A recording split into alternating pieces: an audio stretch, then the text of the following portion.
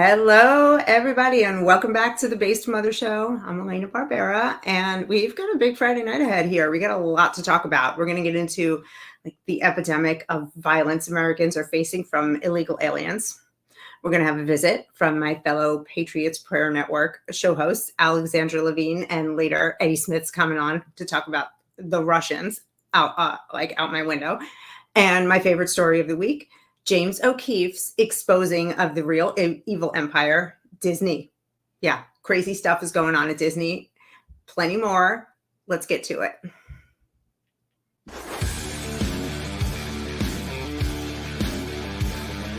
Have you heard of the Based Mother?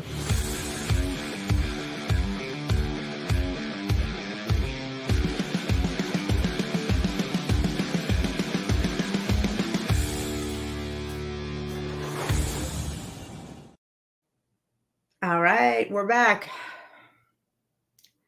Joe Biden's border policy, or rather his let's not bother to have a border policy. Regular people like you and me, we're facing an onslaught of violent crime and murder brought to us by illegal alien invaders. The White House, excuse me. They want us to call them newcomers, but that's not the word that comes to mind when I'm thinking about murder and rape and vehicular homicide and assault and robbery. If you watch the left-wing media, you would think that people like me and the way I'm talking right now, that I'm just fear-mongering and making stuff up. Let's see what Joy Reid has to say. Here's the three cable networks reporting of this. Was our banner said, soon Biden announces legal protections for undocumented spouses of U.S. citizens. CNN's banner said, Biden announces new protections for some undocumented spouses. Here was Fox's banner, migrant arrested for raping 13-year-old New York City. Yes. And so I think that's part of the problem, right? Exactly. Is that you have that's a lot of fear-mongering. Exactly. Hi, everybody. I just dropped my camera, and I'm going to be right back. Dead serious. You can hear me, right? So this is what happens when you don't have a tech person and you're doing things yourself. And as my son would say, when you're a boomer. So, because I can't wait to tell you about what I'm about to tell you about. Can you see me now? Oh, brother. We're back. Okay. All right. So, it's a little bit of a bummer that happened because there was a thing I wanted to point out to you right at the end of that, at that clip. Did you hear the laugh at the end of the clip after she mentioned the young girl being raped by an illegal alien? Like, these people are sickos. They're sick. So, it's obvious that the left-wing media is just trying to help the Democrats buy votes when where they could just help people cut the line into citizenships, buy votes, and keep winning elections and keep destroying America.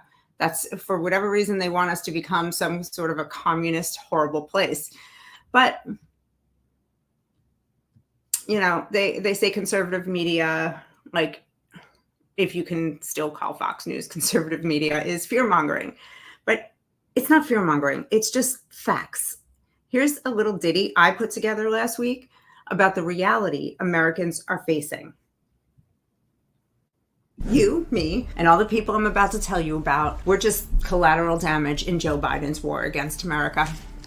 He abandoned national border security, and we're paying the price with our lives. Here's just a start on the accounting. This trio of illegals from Guatemala, they kidnapped and gang raped a deaf woman in Santa Fe. This mother and son in Colorado were killed by a drunk driver who was here illegally. At a birthday party in Northborough, Massachusetts, these illegals shot this 16-year-old to death. Another kid at the party was shot and he survived. I guess that's not so bad considering. All of this was easily preventable, by the way. Wisconsin. An illegal from Nicaragua tied up, blindfolded, and raped a 12-year-old girl after paying her mother to spend some time with the girl. This is our country. This piece of garbage, he kidnapped women in this white van and he took them to the mountains outside of San Bernardino where he raped them. The cops said the van was outfitted as a rape dungeon. Thanks a lot. Thanks for this one, Joe. Oh, on a lighter note, 84% of Chicago's recent measles outbreak cases were traced right back to unvaccinated Venezuelan illegals. No biggie. Let's not forget Travis Wolf, the 12-year-old boy who was killed by this illegal when she was driving on the wrong side of the road. This is what the last days of Travis's life looked like. Have you heard enough yet? Too bad, we're not done. 2 cops in Queens were shot by another one of Joe's guests. But Joe hates cops, so this probably doesn't even rank as collateral damage. Oh, and be on the lookout for this guy. ICE had him in custody, and when he came across the border from Colombia, and they knew, they had his record, they knew he was a convicted killer, but they let him go free to roam the country, supposedly because they didn't have enough bed space for him. Yeah, good luck out there. This is more collateral damage waiting to happen. Oh, how about the disabled girl in Massachusetts who was raped by this illegal from Haiti? And of course, we can't forget Laken Riley, who was out for a jog when she was brutally beaten and strangled to death by this psychopath, another one of Joe Biden's special guests from Venezuela. We could do this all day.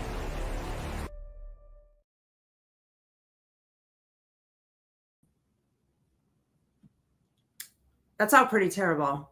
But since I posted that video on Instagram just last week, we've gotten word of even more horrific crimes committed by illegals in America. So I'm already having to put together a sequel.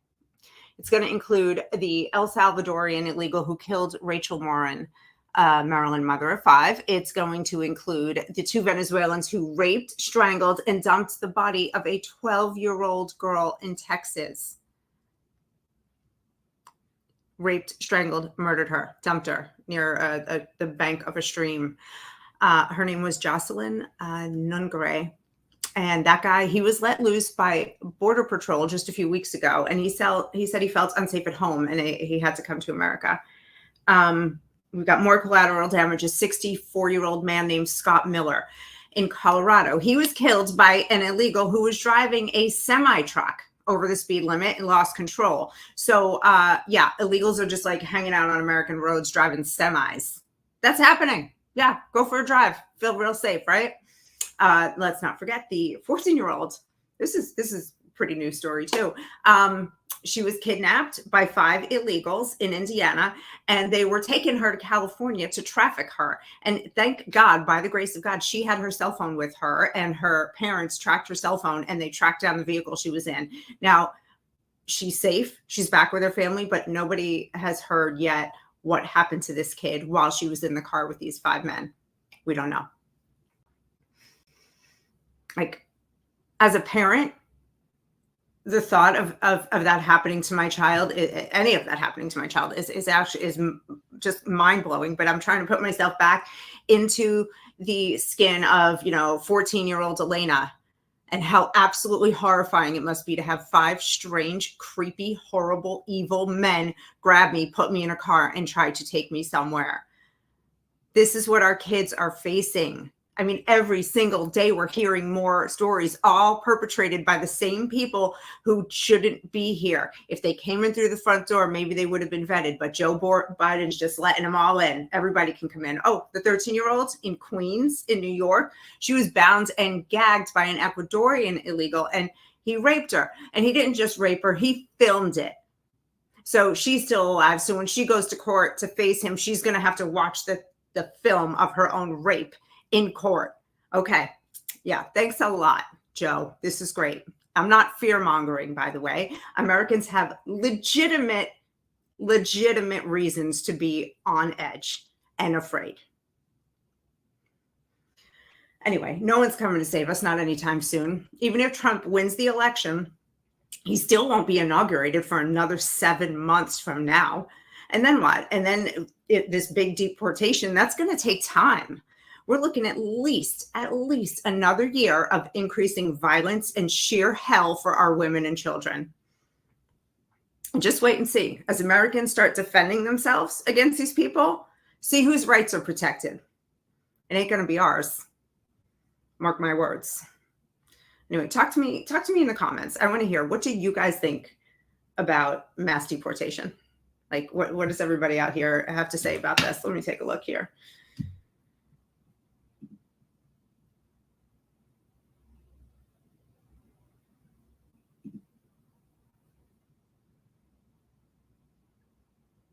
It's effing horrible. Yeah. Forward assist. It sure is. Americans keep hiring them. Yeah. Send them all back. F them, get rid of all of them. Yeah. Mass deport. Okay. You guys, I'm preaching to the choir here. We all agree. And it's not racist to say that we want to raise our children in a safe, decent society where we're not worried about being raped and mugged or killed by somebody driving, an accident. So in the video, I talked about Travis Wolf killed by the car. I talked about that mother and son in Colorado killed by an illegal behind the wheel of a car. And I just told you about Scott Miller in Colorado. We're not safe walking down the street. We're not safe driving down the street. We're not safe in our own homes. This is the most unsafe. I've been here for a long time in America. Add a fine or a fee to the host nation's national debt. Well, yeah, good luck collecting that.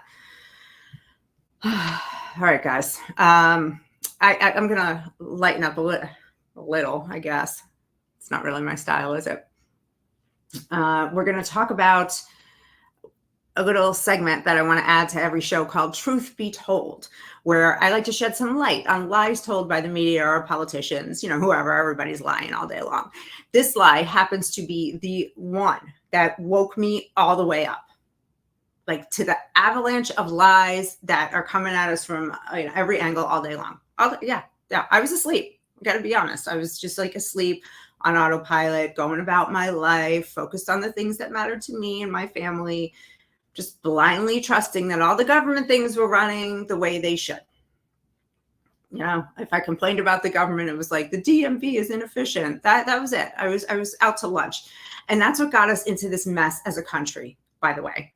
People like me, citizens like me who are on autopilot, consumed with their daily lives and their favorite soap operas. And while we were distracted, the devils took over our government and our media. And here we are. You may have a similar story.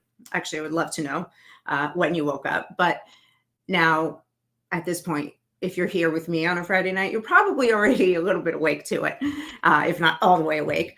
And it hurts. I mean, the truth hurts. It's much better, to just not know.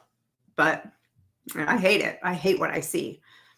But the ignorance, might have been bliss, but I wouldn't go back to it for anything. Not at all. I'm up, I'm wide awake, and I'm only getting more wide awake, not going backwards. So come on down memory lane with me. Let's go back to 2017. Donald Trump ignoring a young disabled boy in a wheelchair, as reported by the liberal media. This is the video that was shown all over the news and internet. This is some annoying stuff here, but I'm so glad I saw it.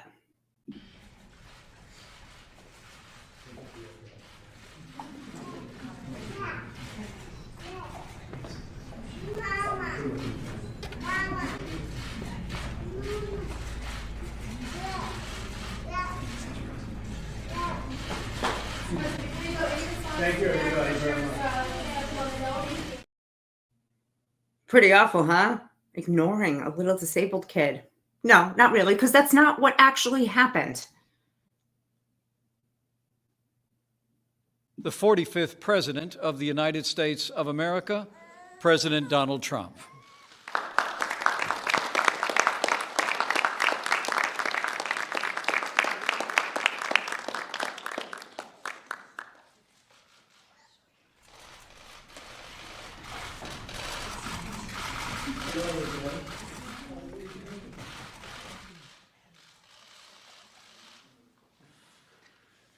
Well, thank you very much. Well, look at that. The first person Trump went to when he walked into the room was the young disabled boy. And he spent a moment with him before he decided to take the podium. Only later did he go around and say hello to everyone else. He treated the kid like a VIP, but they cut the clip and made him out to be a callous, selfish, cruel man. Because that's what they do. And that was the moment I knew beyond a shadow of a doubt that the talking heads were just full of it. And I started looking into everything they told me after that. And then they locked me in the house for a year, and so I had nothing but time. Oh, I got plenty of time now to double check your story. And it was all malarkey. Trying to be clean here. if you want to drop something in the comments, let me know what was your moment. I'll get back to those in a second. But right now, I actually have something fun for us here. We have Alexandra Levine from Alex 360 on the Patriots Prayer Network. She is in the waiting room, and she's going to come right up right about now. Hi, how are you? I'm great, Alexandra. Thank you so much for coming to hang out tonight. No, thanks for having me. It's a pleasure. So let's talk about that clip, those clips I just showed. Like, what do you think about those clips? And also, did you have an aha moment, or were you just born this way, like just already tuned in? Well, I can tell you about the clip with the disabled young children because I have been at rallies and events with President Trump where he has addressed a lot of people with disabilities, a lot of kids with Down syndrome. He comes up to them right away. He kisses them on the forehead, and he doesn't look above you. He doesn't look behind you. He treats you like he's known you for 20 to 40 years. And I encourage everybody to go to President Trump's rallies because you feel like you've been his best friend for 20 years. That's just who he is. And in regards to the illegal immigration problem of this country, in this country right now, it is disgusting. And I do a lot of work in the Maryland area. So when I heard about what happened with Rachel, it's just the whole thing is like, do we have to wait for legal citizens of our country, Americans, to be murdered to say, oh my God, we have a problem?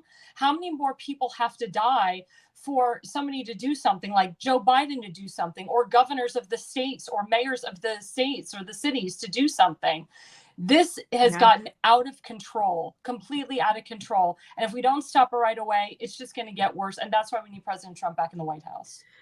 We do, but like I said, so two things, like we're getting governors and mayors. They will, if we're lucky, put out a statement about the violence. Oh, this is so terrible. Where, our hearts are with the family, the young girls who were raped and murdered. And that's all we're getting. We're not getting any action.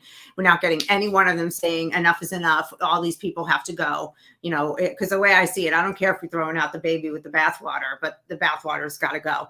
And then anybody that's good and can contribute something to this country can come back in through the front door later. That's not an unreasonable take. And most Americans are really starting to wake up to that. But Trump getting back in the office, like I said earlier, I'm really still terrified about the fact that, we still got a year of hell or more ahead of us. And that's just on this one front. We have so many other things that he's going to have to fix. I hear a lot of people be like, well, it'll all be better as soon as Trump is back in office. And it's like, it's not going to be that simple or that fast. I mean, it's what we need. But we can't put on rose-colored glasses and think it's just going to flip a switch and we're going to have our country back. Well, I think, honestly, it's the people that he's going to have in power. And I know President Trump being an outsider in now, he's really heavily vetting the people that he wants in his cabinet and people that he wants to protect the border and work on the border. I personally know former Director of ICE Thomas Homan. He's a personal friend of mine. And he actually went to Israel with my Jexit organization. Jexit Inc. is an organization I'm a part of with Siggy Flicker. Michelle Lubin-Terrace is the president, and Siggy Flicker is our spokesperson. And, Thomas Homan getting back in, being the ICE director, or even being the DHS secretary, that is one of the biggest things that, he is going to do. And because it's Thomas Homan, because it's proper people like that are going to get back in the cabinet or work or be the ICE director or work with Border Patrol, they're going to crack down. If people don't do their job, they will fire them. President Trump has no problem going in there and just cleaning house. And that's why they're so afraid of him. And that's why they're doing everything they can to make sure he doesn't get back in office. Yeah, I hope you're right, because I think the first time he came into office, he tried to play nice. I think he thought that he could use diplomacy and get along with some of the swamp monsters. And I think he knows now how much they have it out for him and the American people. And I do think he will come in, with a heavier hand and use his, famous "you're fired" phrase a lot more liberally. I hope so. Anyway, I hope you're right about that. And I'm glad to hear that you're kind of you have some closer up insight for the rest of us. I appreciate that. Thank you. I was going to say, as a Jewish person, most Jewish people vote Democrat. So one of the biggest missions of the organization that I work with is Jews exiting the Democratic Party and never looking back. And we see with October 7th, and that's why I'm wearing the shirt, I Stand With Israel. You're going to see a lot more Jewish people vote Republican. I've seen a lot of Jewish people actually switch parties to Republican from Democrat and Independent because they've had enough. They've had enough of the anti-Semitism. There's huge anti-Semitism in this country. And I feel that anti-Semitism and the illegal immigration, they go together hand in hand. So again, it's about getting the proper people back in office, getting a proper Secretary of State back into office to continue the Abraham Accords, which need to be finished and continued. And you're going to see, you see it now. You see a lot of the Black community, they're going to vote for Trump in November. You see a lot of the Hispanic community that is going to vote for Trump in November because of the illegal immigration problem. So you're young people are coming around. They're waking up. They've had enough of all this insanity. Yeah, it's really happening. I have a question for you though. Since before I let you go, you're pretty well versed on the Israel issue, and I was talking to a Jewish friend today who was saying, she just can't understand why so many people support Netanyahu. He's got to go. She seems to still be firmly in the Democrat camp. What do you say to somebody when they come at you with something like that? Well, you have to kind of get away from the propaganda. There's a lot of false reporting about him and about what's going on over there. I personally advise people to talk to Israelis, to talk to people that are serving in the Israeli Defense Force today. And also I encourage people to go on Prime Minister Bibi Netanyahu's Twitter, the President of Israel's Twitter, the IDF's Twitter, and actually see, and a lot of it is in English because a lot of Israelis, they speak English, to actually read and see in real time what's going on over there, because there's so many media outlets, especially the mainstream media, that is reporting negatively of what's going on there. Prime Minister Netanyahu has the majority right now. If there was an election in Israel held today, he'd win the majority again. He is doing the job right now that he needs to be doing a great job, to be honest with you. I come at it from a different perspective because I am a direct descendant of a prime minister of Israel. Moshe Sharet is my relative. He was the second prime minister of Israel, the first foreign minister of Israel. So I look at that as someone who has family that was in the Israeli parliament, and how as a prime minister, as my family, as Moshe Sharet was the prime minister, what would he do in this situation? So I look at it from that perspective. Honestly, you have to literally go to Israel and see, what's going on. I've had tons of friends, people invite me to go. I encourage people of all different faiths to go to really get the experience and to meet the prime minister personally. And he's actually coming to Congress July 24th. Yeah. It's the fourth time that he's coming. It's very historic. I'll be there. And you want anybody who is interested in what's going on over there, they need to hear it from his mouth, and they need to watch that broadcast. I'm certainly going to watch that broadcast. It's good advice. Just follow them all on Twitter. Like hear information firsthand for yourself. Because that just kind of goes with like where I started this conversation. The media just manipulates and twists and spins, gets people to think whatever they want. Before I let you go though, tell me a little bit about your show. You're on the network, the Patriots Prayer Network, 6 o'clock Tuesday, 6 o'clock Pacific, 9 o'clock Eastern, every Tuesday night. And what's your show about? What can people expect when they? Sure. So my show is called Alexander 360. So it is literally a global education show. So we talk about local issues, national issues, and international issues. I want my viewers to be educated. And my family has taglines, youarenoidiot.com. So I always say at the end of my show, and the reason you watch and the reason you listen is you are no idiot. Meaning I want people to come out from watching my show being educated. And I actually get educated from the guests that I have on my show too. So I have multiple different guests that are either in the political arena or they're in the music industry, the entertainment industry. I had Nate Kane, who's actually part of the Patriots Prayer now on our show. So I have a different variety of people that come on the show that give different perspectives to things. So I want my viewers to be educated. And the crux of my show is to educate the viewers, because you are no idiot if you watch my show. I love that. You sound nothing like, a politician, because, they really just walk around insulting people, telling them that they're idiots if they don't vote for them. Well, I'm not a politician. So, right. I know. And it's so refreshing to have somebody actually talk to us like we're not idiots. Wow. Thank you. I'll be tuning in, because even if I am an idiot, I want to fix that.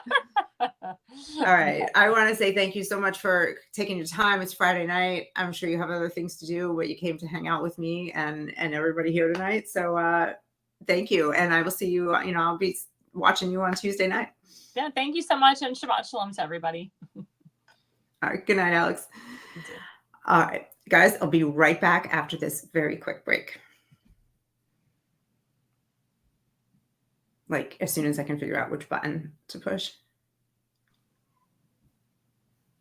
Born in the coastal plains of South Texas, Smoking Gun Coffee is founded by combat veterans that know exactly what a cup of coffee needs to taste like. Run by father and son, each coffee bean is perfected, roasted at 500 degrees, and cooled with a Gulf Coast breeze. Smoking Gun Coffee hand makes and bags each ounce of coffee for maximum customer satisfaction. With every purchase, 10% goes back to organizations that help veterans and local communities. That's Texas made, one bag at a time. To find out more, go to www.smokingguncoffee.com. All right, guys, go to smokingguncoffee.com and use code use code MOTHER and you can get a discount. So smokingguncoffee.com, code MOTHER. All right, that's me, Mother. Based Mother. All right. Forget the coffee. It is time for my favorite story of the week. Walt Disney is rolling in his grave.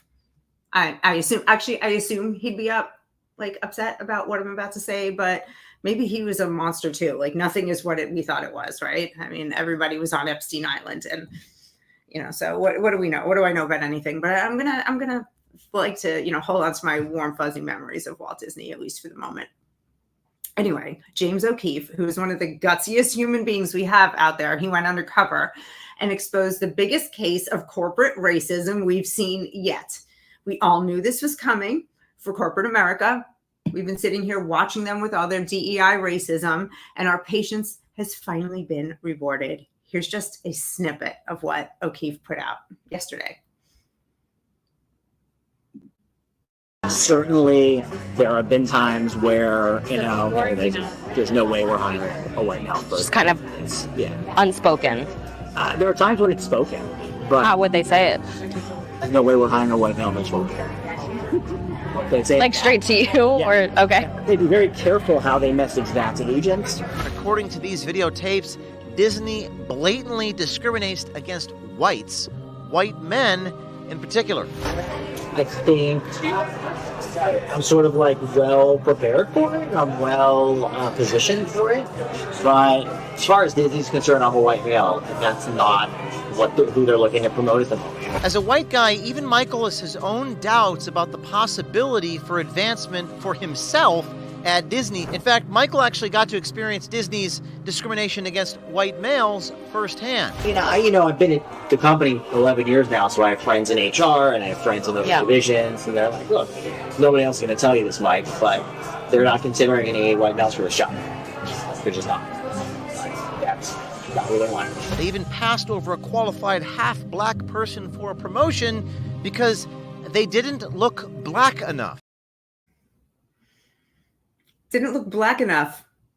This is legit happening in America. We knew that corporate diversity, equity, and inclusion policies really just meant don't hire white guys and some white women, but conservative white women at least. But now we're hearing it from the horse's mouth. And I wish I could be a fly on the wall in Disney's C-suite today. It's got to be sheer panic up in there. Really, think about it. Only a few hours after this, O'Keefe tweeted that Disney employees are coming out of the woodwork, reaching out to him. And I think the whistleblowers are about to have their day, and Mickey's going to have some splaining to do. I can't wait. I really can't wait to see what happens next, because Disney's not the only one discriminating. So this has to be sending shockwaves through corporate America. They all just have to be sitting there holding on to their seats thinking, we're next, because we've been doing this too. And I love it.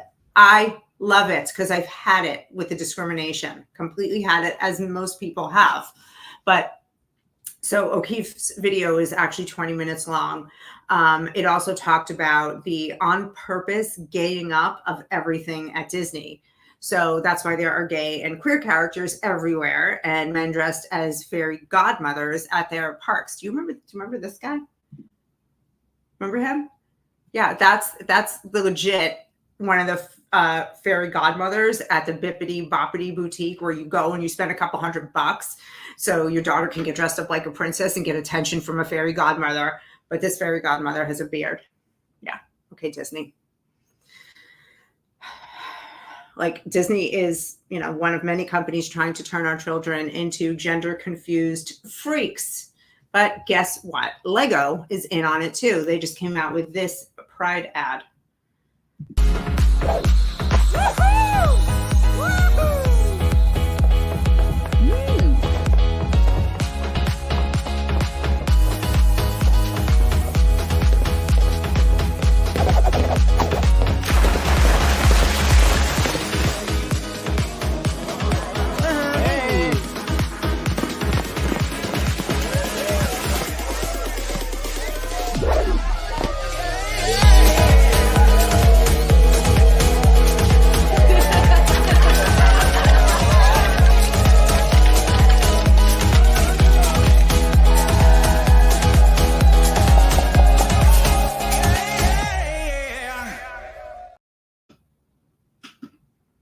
All right, so my son's old Legos are just like taking up space in my house anyway. Like, he outgrew them ages ago. They're going straight to the landfill. No, I'm not donating them. They're trash as far as I'm concerned. Like, we should all throw them in the trash. Everybody put them in the landfill, and Greta Thunberg can cry herself to sleep over it. I'm done. I'm done with children being introduced to sex earlier and earlier and earlier. Remember when we were told that gay conversion therapy was evil? When they would take gay people and they would try to convince them that they were just, screwed up and they were going to make them straight. Yeah, but that was evil. But now the very people who called that evil are trying like hell to convince everyone to be gay. Like, they're doing reverse gay conversion therapy on all of us. And we're like, what are you doing? Why? But, something to think about, right? I'm not wrong. So we have Disney parks, Legoland parks. Now I can never go to them again because I'm done giving money to organizations that are deliberately trying to destroy our society.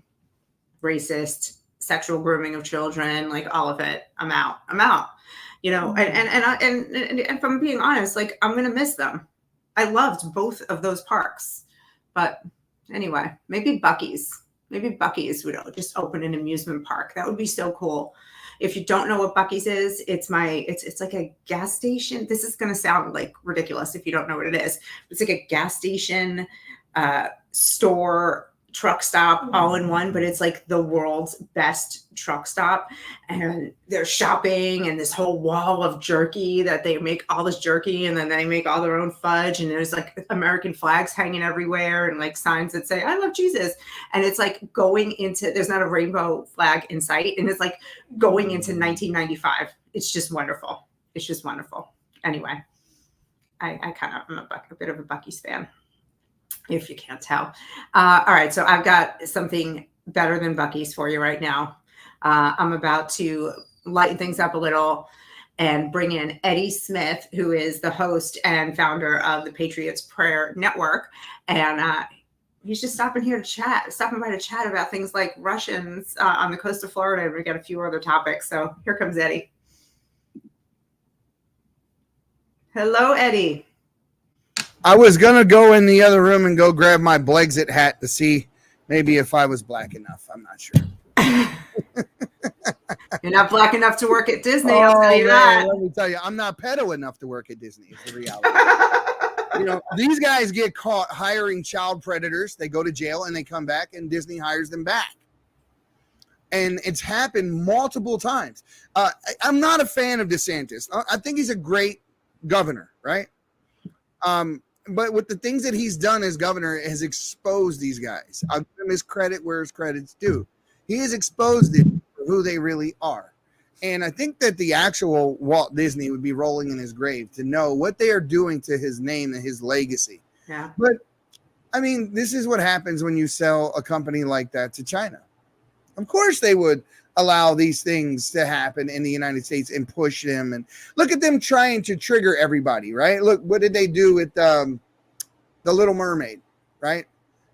All little girls grew up with Little Mermaid, right? And now they want to pretend like we're not supposed to care that all of a sudden Little Mermaid is black. No one cares about the cartoon character being black, but don't tell me that was not intentionally done to cause a conversation, to elicit a specific emotion, to cause division amongst the races. That's exactly why you did it. The same thing with Snow White. I mean, look at what happened with the Snow White casting. They have a Hispanic girl, and Snow White was a literally Snow White German white skin girl, but that was too offensive. The dwarves, they got rid of them, so they took away acting jobs from a bunch of actual dwarves. They did that with Charlie and the Chocolate Factory too. They got one dwarf. Where the hell are the Oompa Loompa unions at right now, man? This is crazy. They used to have these things out here in Vegas where, the little people, let's just call it what it is. I grew up, my whole life, they have been midgets. I'm sorry. You don't have to apologize to me. Like, we're Gen X. We've got words that shouldn't still be offensive. I don't understand. I hope it's not. And you know what the funny thing is this though? They're the ones that own these companies. They used to dress up in all Velcro, and they had these rooms downtown here, and used to be able to go in and toss them up against the wall. Now, this is just hilarious. It's hilarious. And the funny thing was, all these white libs went out of their way to shut these companies down, and they were all owned by the little people who they took out of work. It was wow. So they just erased their livelihoods. A whole thing, right? I'll say it. I don't care. And not too long ago, a couple of years back, at a place of work that I was, and someone thought it would be cool to bring in someone on St. Patrick's Day, a little person, midget, dressed up like a leprechaun, and he ran around the office giving everybody, little candies and whatnot out of his little gold thing. They were little chocolates and whatnot, wrapped in little gold wrappers, coins. And somebody got upset about it. It's ridiculous, man. And we really need to get out of this woke PC hole that we're in, where everybody gets 50 points for virtue signaling. The libs literally live to try to call someone a racist. They live to catch you doing something, saying something, acting some way, defending someone, so that they can pretend to be morally outraged and they can get 50 points. Their morals are in the gutter. Okay, so yes, you're going to get a speech about the guy you dressed up as a leprechaun, but a man who has a mental illness and believes that he's a woman can take your daughter's spot on her sports team. That's morally correct. If that same leprechaun would have came in there dressed in assless leather chaps and eye makeup and had actually been a cisgender boy, they wouldn't have complained. They would not have complained, because people are look, we are Gen X. We're going to talk. We're going to speak our mind. We're going to say what we're thinking. These people, they're not going to do that. They're so afraid that other people will look at them as being less than, for not being part of what's going on. Just look at, and I bring this up all the time, and I know we're supposed to be on the Russian thing, but we'll get there. It bothers me to the core when they try to, first of all, they subvert language, and then every time a new movement comes along, no matter what it is, Alexander was just on talking about Bibi Netanyahu coming to speak to Congress. AOC's outraged. Nancy said we didn't want him here, and all these types of things. Let me tell you something. I've said it on other shows, and I'll say it again. I'm married into the Pelosi family. My wife is their great niece. I know who these people are. She's trash. They moved from Baltimore, where I'm originally from, because her son caught a rape charge and she paid the judge off. Now, if she wants to challenge me on it, someone tag her in the post. I would love to be sued and then be able to actually go and get a discovery and prove to you that what I'm telling you is an actual fact. I know this to be a fact. And I also know to be a fact that Mr. Paul Pelosi is not a straight man. So listen, these people they're crazy. Well, the other thing is, I think that we just got to get back to not giving a shit what people think and telling the truth and letting the truth be the guide. Like you said it earlier, I was listening to you. You said, and I don't want to paraphrase what you're saying, but essentially that, the PC crowd, we put our heads down. We went to work. We raised our families. We read our books. We watched our TV shows and things like that. We lived life. And they, meaning the left, were out there trying to undo all of the things societally that we've done. Look, the Boy Scouts just dropped the name Boy Scouts. Yeah. Scouts of America now? Listen, I was a scout until I was 17. I was a scout from the time I was 9 years old till I was 17 years old. The Scouts organization as an organization meant something to me. I threw my coins in the trash. Wow. It's trash to me now. When I grew up, if they found out you were a homosexual scout leader, they would kick you out. It wasn't allowed. And although I don't believe all homosexuals are child molesters. No, that's yes. Obviously. I mean, I'm glad you believe that because it's not true. They aren't. But the thing is, we used to have a standard. And instead of coming to the middle and having two sides talk about what's right, what's wrong, and let's have a vetting process, they don't do that. They went from one extreme to the other. Yeah. They went from, hey, let's completely not include any of these people to let's have no standards at all and let everyone in. And you can't do that. We got to have some type of standard. The left has no standards, and that's really their problem. On the right, if you don't do what you're supposed to do, we're going to turn on you. Marco Rubio will turn on you, right? We know this guy said and done things that make him very suspect as a representative. We know Mitt Romney the same way, Liz Cheney the same way, Paul Ryan the same way. We have a standard, and if our representatives in our party don't live up to that, we are going to call you out immediately. I was looking for Tulsi Gabbard at the convention. The entire time I was there, I wanted to talk to her. I love her. I just wanted to assure myself that she was real, that what she's saying and what she's espousing now is really who she is. And I wanted to judge her character by actually having the conversation with her, not seeing her on TV, because I've seen the anti-gun legislation she was pushing. I've seen the pro-choice stuff that she used to push, and all of those things. And now to be completely the opposite and taking pictures with machine guns, I'm like, I want to know what caused that. I know everybody changes. I changed. I was a knucklehead too. I used to be a Democrat. I grew up in Baltimore City, and then I saw the light.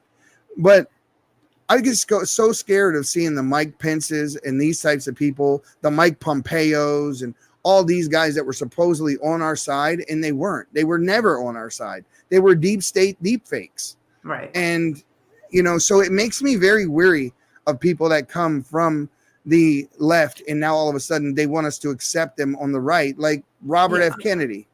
Like, he wanted to be on the right. Like, we were going to, you want to convict people and throw them in jail for climate crimes, $22 a gallon gas, abortion up to and even after the moment of birth.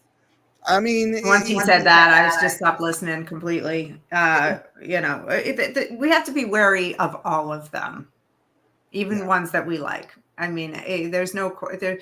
Yes, do not follow people. They work. They all do have standards. Even their standards just aren't what ours are. Exactly. The left values deviancy. They value skin color, things that have absolutely no intrinsic value at all, no value whatsoever. Yeah. I say this all the time, and let me see if I can get it right.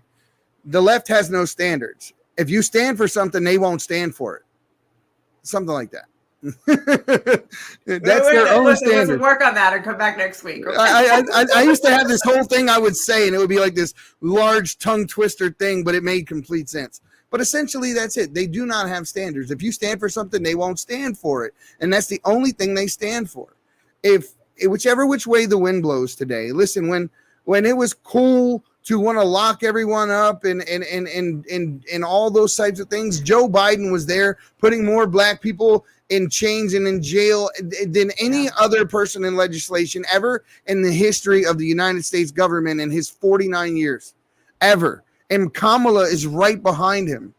And Kamala, remember her laughing about smoking pot when she had put away hundreds, maybe thousands of people for small pot offenses. Exactly. Yes. And not to mention the man who was left in prison for 20 years, and she had the evidence that would have exonerated him and denied his appeal and held on to that evidence. And that evidence was not released until she was running for vice president. And that man finally got his freedom back.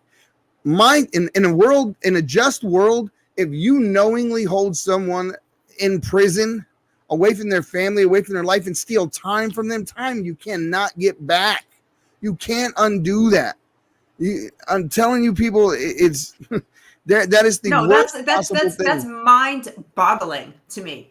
I can't even imagine what it must be like to be somebody in prison who shouldn't be there. I mean, you can imagine, like any normal human being, if I spend 20 years of my life behind bars unjustifiably, right? My life is pretty much over. Now you're letting me out. I'm looking for the person who did it. Normal people think this way. It's not whether or not they act on it, but of course you have those emotions. You're pissed off. Your kids are grown. Your life has passed you by. You may have missed your mom and dad's funerals. Who knows? Yeah. You can't get that back. These people are evil, and they did it for one reason and one reason only, to ascend the ladder of power. And she slept her way into the position that she's in. Even she cheated on her husband, Doug, with the mayor way back in the day to get into a higher office. Yes. Yeah. People don't remember. People don't know this stuff. And the media likes to try to forget. Just remember back when she was doing the debates with Joe. She called Joe a sexual predator in the debates. Said Tara Reid was supposed to be believed and brought up 8 other cases. Please go back and watch the debates where Kamala Harris is tearing Joe's ass up on stage. And now all of a sudden they're chummy. They're chummy. They must really hate each other. Wouldn't you like to be a fly on that wall? They must absolutely hate each other in real life. They cannot stand each other. She is the DEI vice president. That's what she is. Yeah. Well, it's funny. She is strictly just a paid actor at this point. I cannot open my phone without a video of Kamala Harris having some. They put up some iconic picture of her, or she's speaking here, she's speaking there, she's greeting the queer eye for the straight guys at the White House.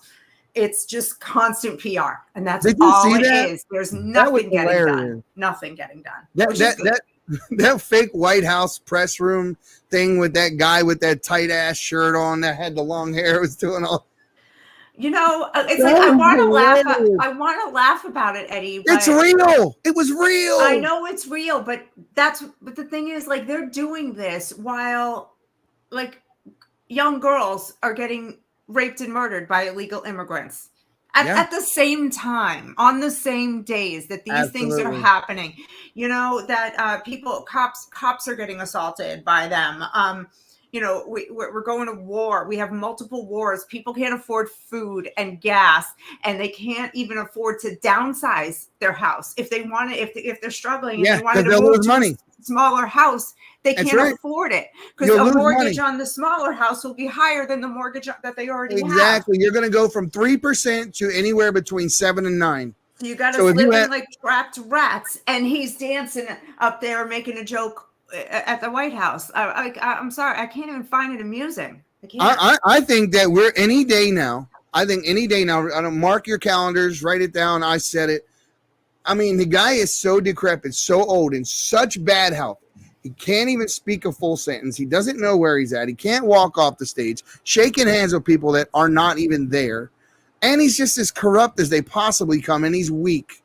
That's right? We're talking about Eddie. That's all AI. That's not real. It's did you see the meme? I meme, therefore I am puts out some great stuff. And she had what's her name? Jean-Pierre with the Men in Black little light in her hand. And she goes, everybody look at this. Psh, what you just saw was it was hilarious. It was hilarious. It was a great meme. Whoever made that kudos to you. It was funny as hell. But yes, look, we have Chinese spy balloons flying over and traversing the entirety of the United States from east to west. We have 90 miles, 30 miles actually, first of all, off the shore of Florida. We have nuclear submarines. Guys, don't believe the hype that they trying to tell you, oh, it's just a training exercise. They do it. They don't. We're at war with Russia. We're at war with Russia. They declared us an enemy in our backyard. Yes. They declared us an enemy. They did it. It was only a week ago. Putin came out and said they are enemy. The people in Russia are calling for him to attack America because of the inaction, action versus inaction. I don't know which one to call it that Joe Biden's actually doing. Inaction sometimes is action, so who knows? But the people in Russia are filling the streets saying, get America, go bomb them, kill America. They're in the streets chanting. They're pissed off because their men are dying with weapons and that we've funded. We're purchasing weapons and killing their boys. Of course, they're going to hate us. And not only that, Putin tried and offered peace talks between him and Zelensky, right? And this was only about, I want to say 4 months ago ish. Biden put the kibosh on the peace talks. Our representative told Zelensky essentially, if you want our help, no more peace talks. But meantime, over here in Gaza, they don't want us going into Rafah, and they don't want the what are you these people are these are same America first. They're using America first in their slogan. We ran into them in Detroit, a bunch of little Nazis over here, basically stating that we shouldn't be helping Russia. I mean, we shouldn't be helping Israel out and this sort of thing. Let me tell you guys something. Ariel Sharon is a damn war hero. He told the United States in the weeks coming before 9/11 that was going to happen before it happened. Otago, the Israeli instant messaging system, caught all this stuff, and they relayed all of the information to, at that time, President Bush. President Bush signed a directive called WI-99Y, telling everyone that they cannot investigate the bin Ladens in the months leading up to 9/11. The Israeli people who had a lease inside of the World Trade Centers broke their lease and got the hell out of there 2 weeks before it happened. Wow. So listen, Israel is the biggest ally that we have. We are essentially, with Israel and where they're at in the Middle East, we're essentially have, I would call them, I wouldn't necessarily say they're the United States, but they're the closest thing to us. That is how Israel was always viewed up until 5 minutes ago. There was generally agreement that was our ally and we stuck together with them. That's it. If they fall, we fall, because if they fall, a caliphate sweeps the entirety of the Middle East, and then we're going to have, look at UK. Look at UK. If you want to know what's going to happen because of the Islamic uprising, take a look at UK. Take a look at all these cities over here that have Sharia law. You can't read the Bible out loud in the streets because they will arrest you if you don't pay their protection money and you're Christian in their when they have their cities, or I don't know what they call them, their cities, quadrants, provinces. I don't know about the UK, but I do know in those areas that have Sharia law that if you're a Christian, you're paying protection money to them, or they will beat you, and by their own religious beliefs can all the way up into kill you if you do not convert to Islam. All right, I want to stop right there because I found something came up right before I went live, and I want to show it to you because it ties exactly into what you're saying. So this is a video of a man. This is a Pakistani man who is being burned alive. It's not that graphic. Don't get scared. Just from the angle that it's taken, who is being burned alive. I watch like Faces of Death and all that kind of stuff. Oh yeah, I watched Faces of Death and Faces of Death too. Yes, they had 4 of them. I don't think I could watch it today. I think I'm a little more sensitive. I think so too. Me too. I think I have a little more empathy. But this is a Pakistani man being burned alive in Pakistan. I think it happened yesterday or in the last couple of days. Honor killing. He did something to disrespect the Quran. So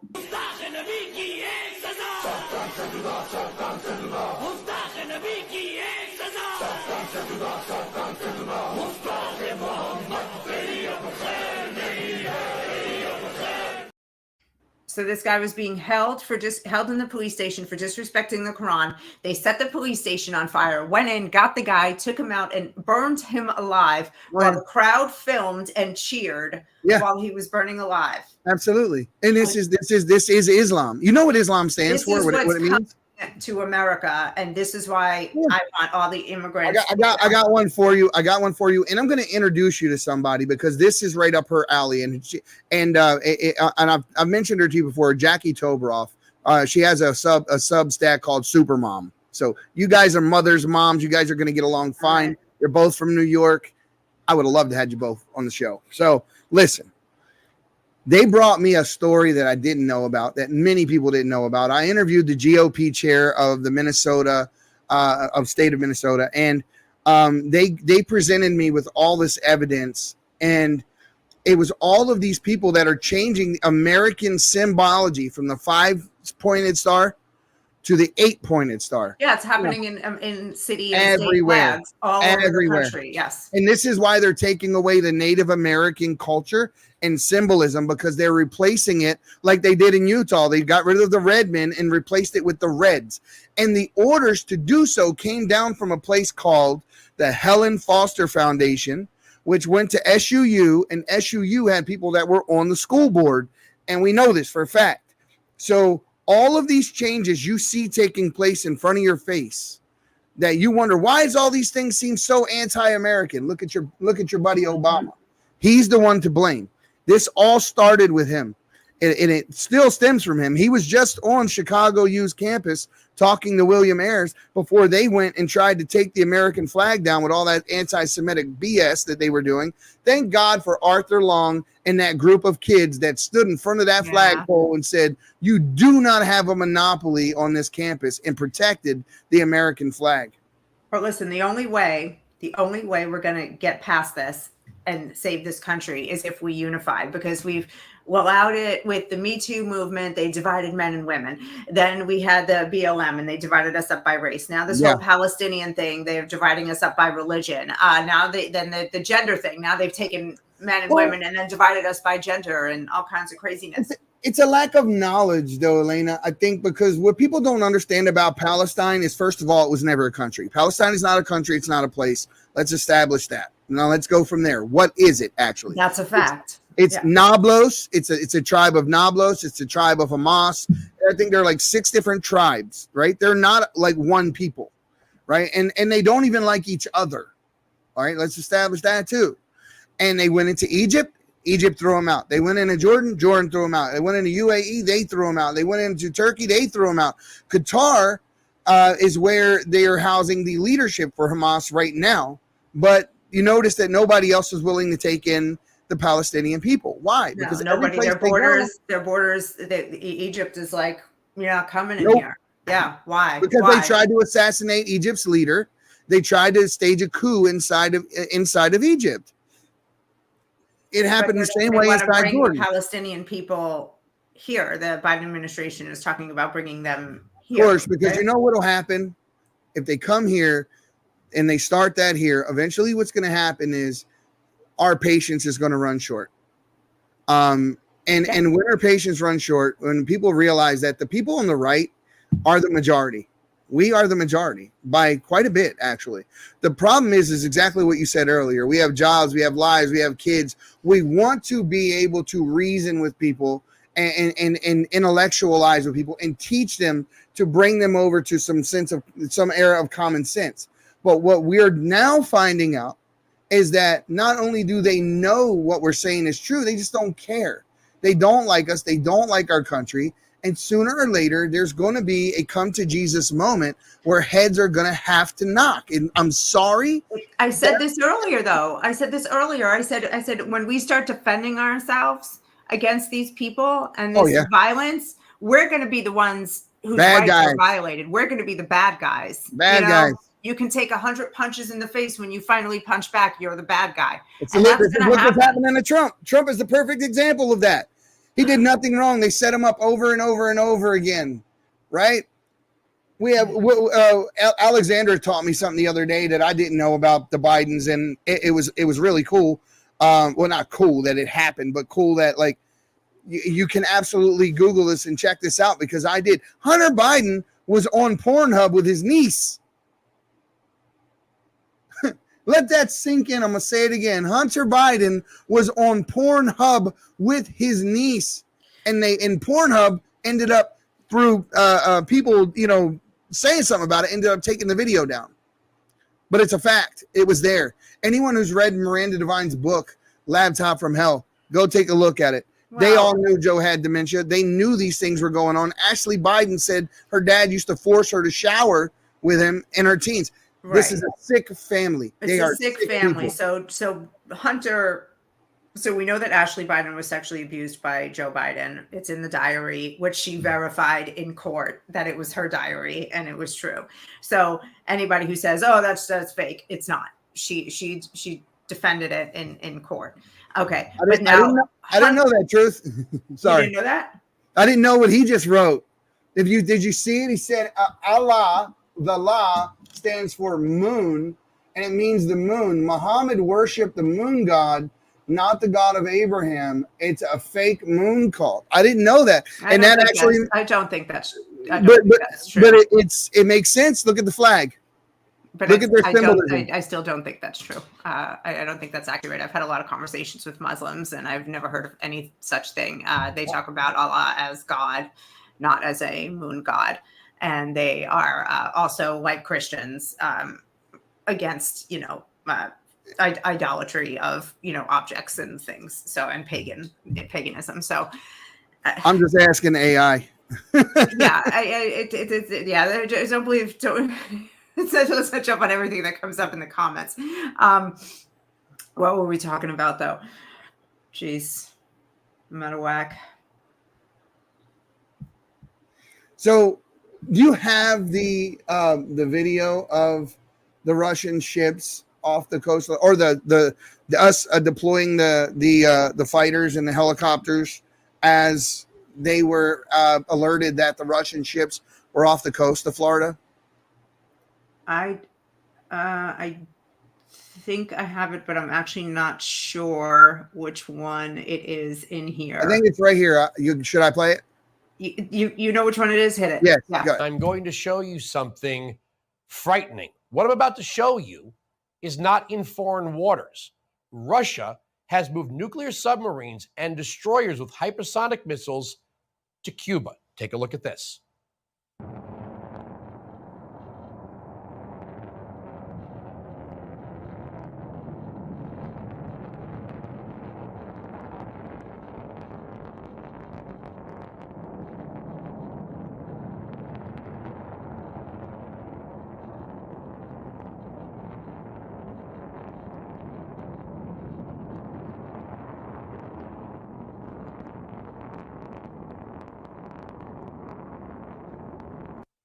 The Russian Ministry of Defense posted that on social media.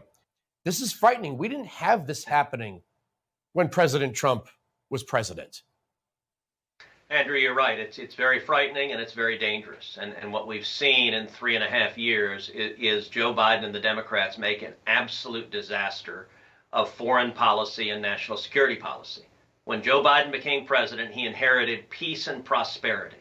We now have two simultaneous wars. We have the biggest war in Europe since World War II, and we have the worst war in the Middle East in 50 years. And in both instances, I believe that was caused by the incredible weakness of the commander-in-chief. Our enemies look to the Oval Office and they see a president who is weak, who engages in appeasement, and every one of our enemies has gotten stronger, and America is at greater jeopardy than we have been in decades.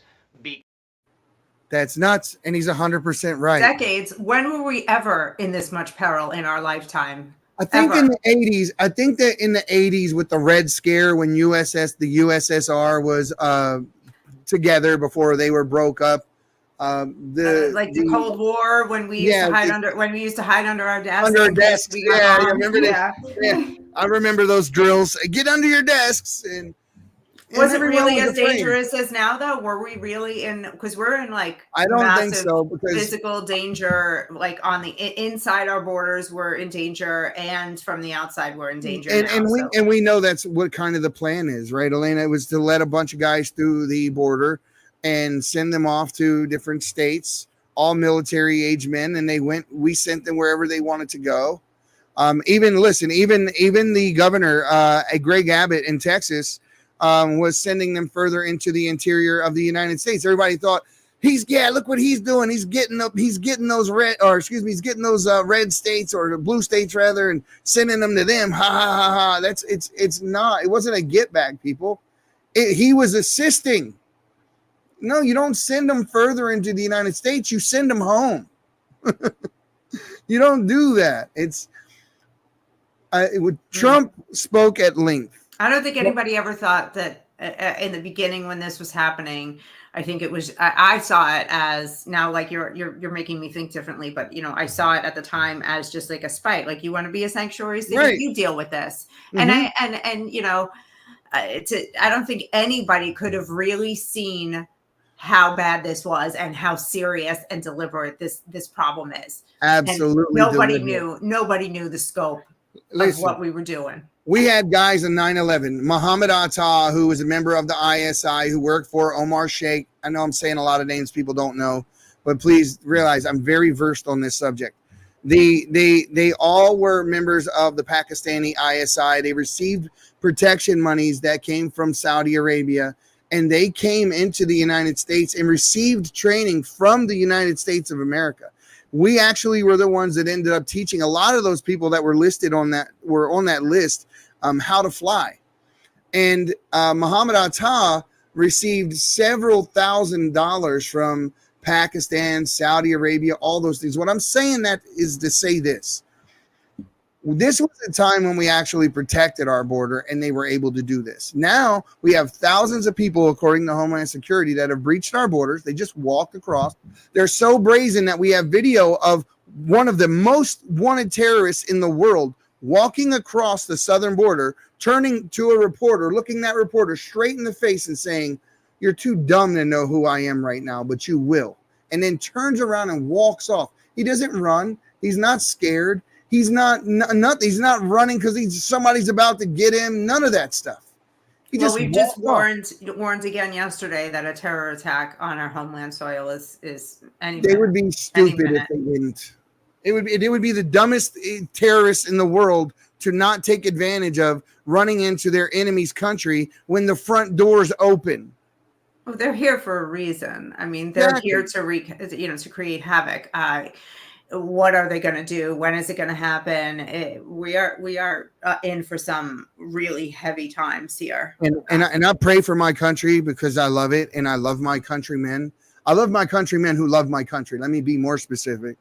But I'm as certain as the intelligence reports that have came out recently to say that where, how, why, and when we will be attacked are yet to be answered. But I'm almost certain at this point something. Well, they just stopped one 3 days ago. Yes. Bombing. Yeah. Go ahead. And so, listen, if they're not going to come in here and go through all the hurdles that they went through getting here, if you don't think Iran is funding, if you don't think that our enemies in the world are funding these guys and getting them the weapons that they need and the materials, you're very naive. Who's funding Iran? You and me. Yeah, $6 billion from Joe Biden, and they said, well, they can't get that $6 billion until they give us receipts for what they want to use it for, like new roads, whatever. I said, a receipt, that's all you need. I can give you that. What you just want a receipt saying what I'm going to use the money for? Fine. Yeah, here. I might tell you a road, but it's really a bomb. I mean, come on, wake up. I mean, this is ridiculous. Obama paid him protection money.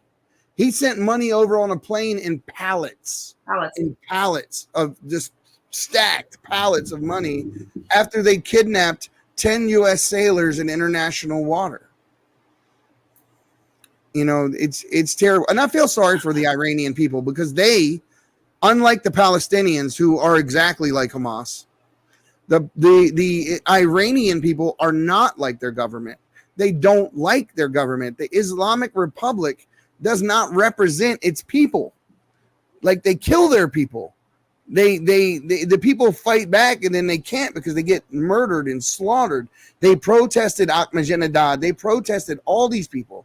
They've been fighting for years. When they were just attacked by Israel, and all these people were online saying that, yay, Iran, go get Israel.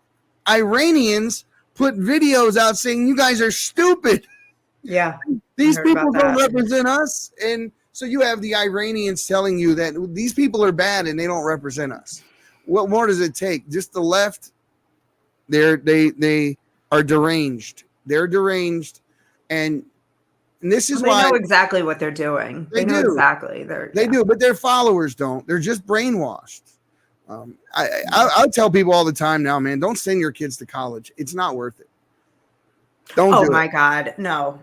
Homeschool your kids. Do not send them to college. Or if you're going to send them to college, send them to Hillsdale, send them to High Point University, send them to a small Christian conservative college where they're going to learn the subject matter that they went to learn. They're going to be every single day brought to, morality and values and, the 10 Commandments, right, which are apparently the most evil thing that has ever happened. Yeah, they want to take them down from out in front of the Supreme Court.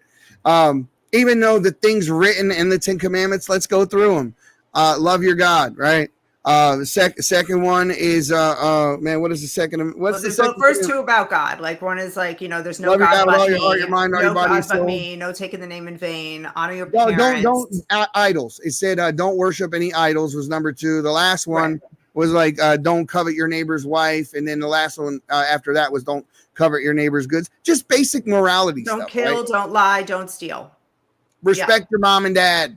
Yeah. Stuff like that. It was nothing in there that was bad. The 10 Commandments, I would say, are not they are not specific to a religion. I don't know any religion that even says that they're good at all, which don't that they couldn't include those 10 Commandments in. I don't care if it's Buddhism. I don't care what version of Christianity you believe in.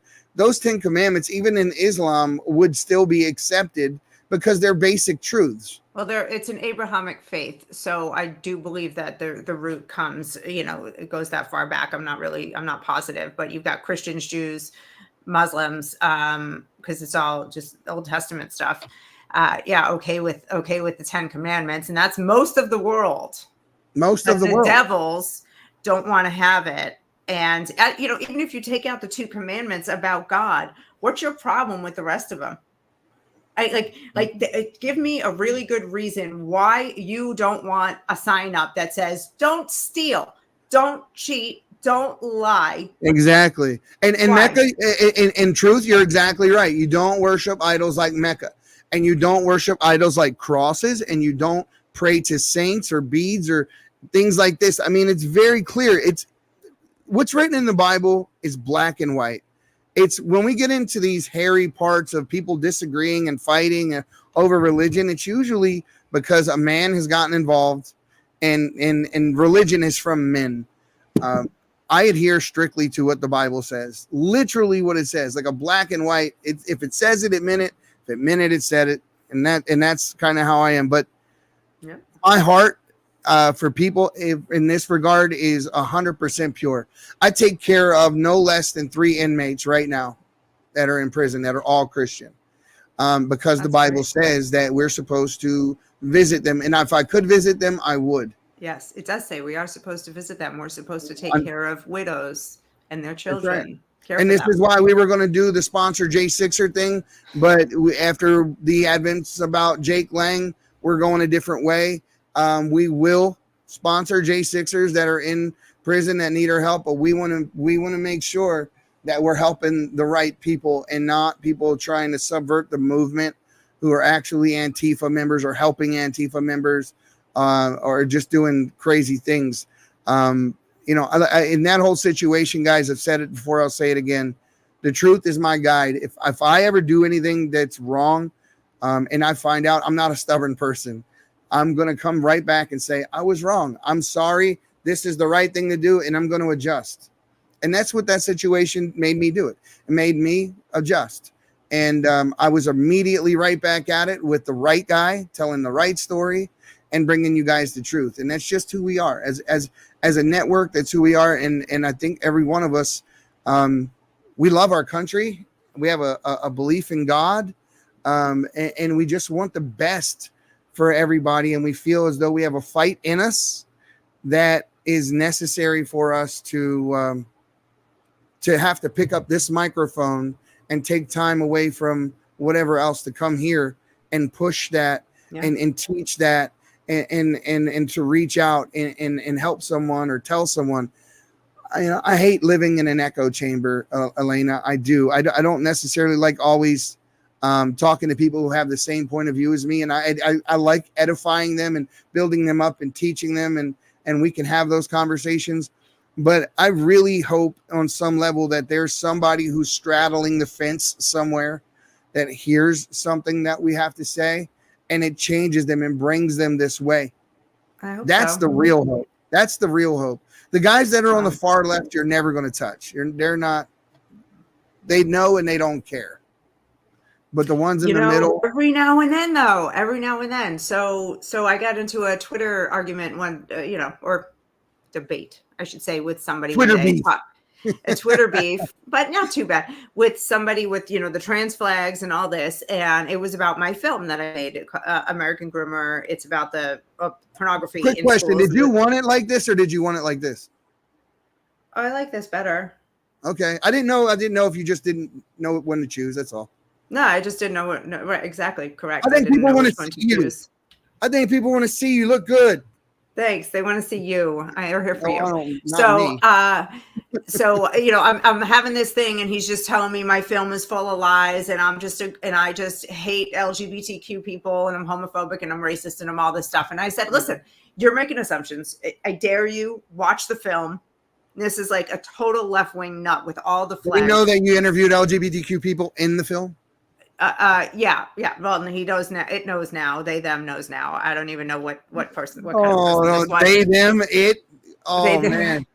I messed up earlier, and another trans killer in the news today killed mom and dad. Yeah, we'll get to that. But this one said to me, just so you know, you said you can't get through to them ever. I managed to get this person to watch my film, and they came back on Twitter and said, I watched it. I had no idea it had gotten that bad. I almost fell over that I was able to make a dent somewhere. And that's worth it is possible. That's worth it. That's worth it. And that's the best feeling in the world, to get someone to go from that extreme and to realize. I used to have the same argument with people over CRT. There are people on the left that absolutely believe people on the right created this whole lie that they're teaching CRT in our schools. And I'm like, no.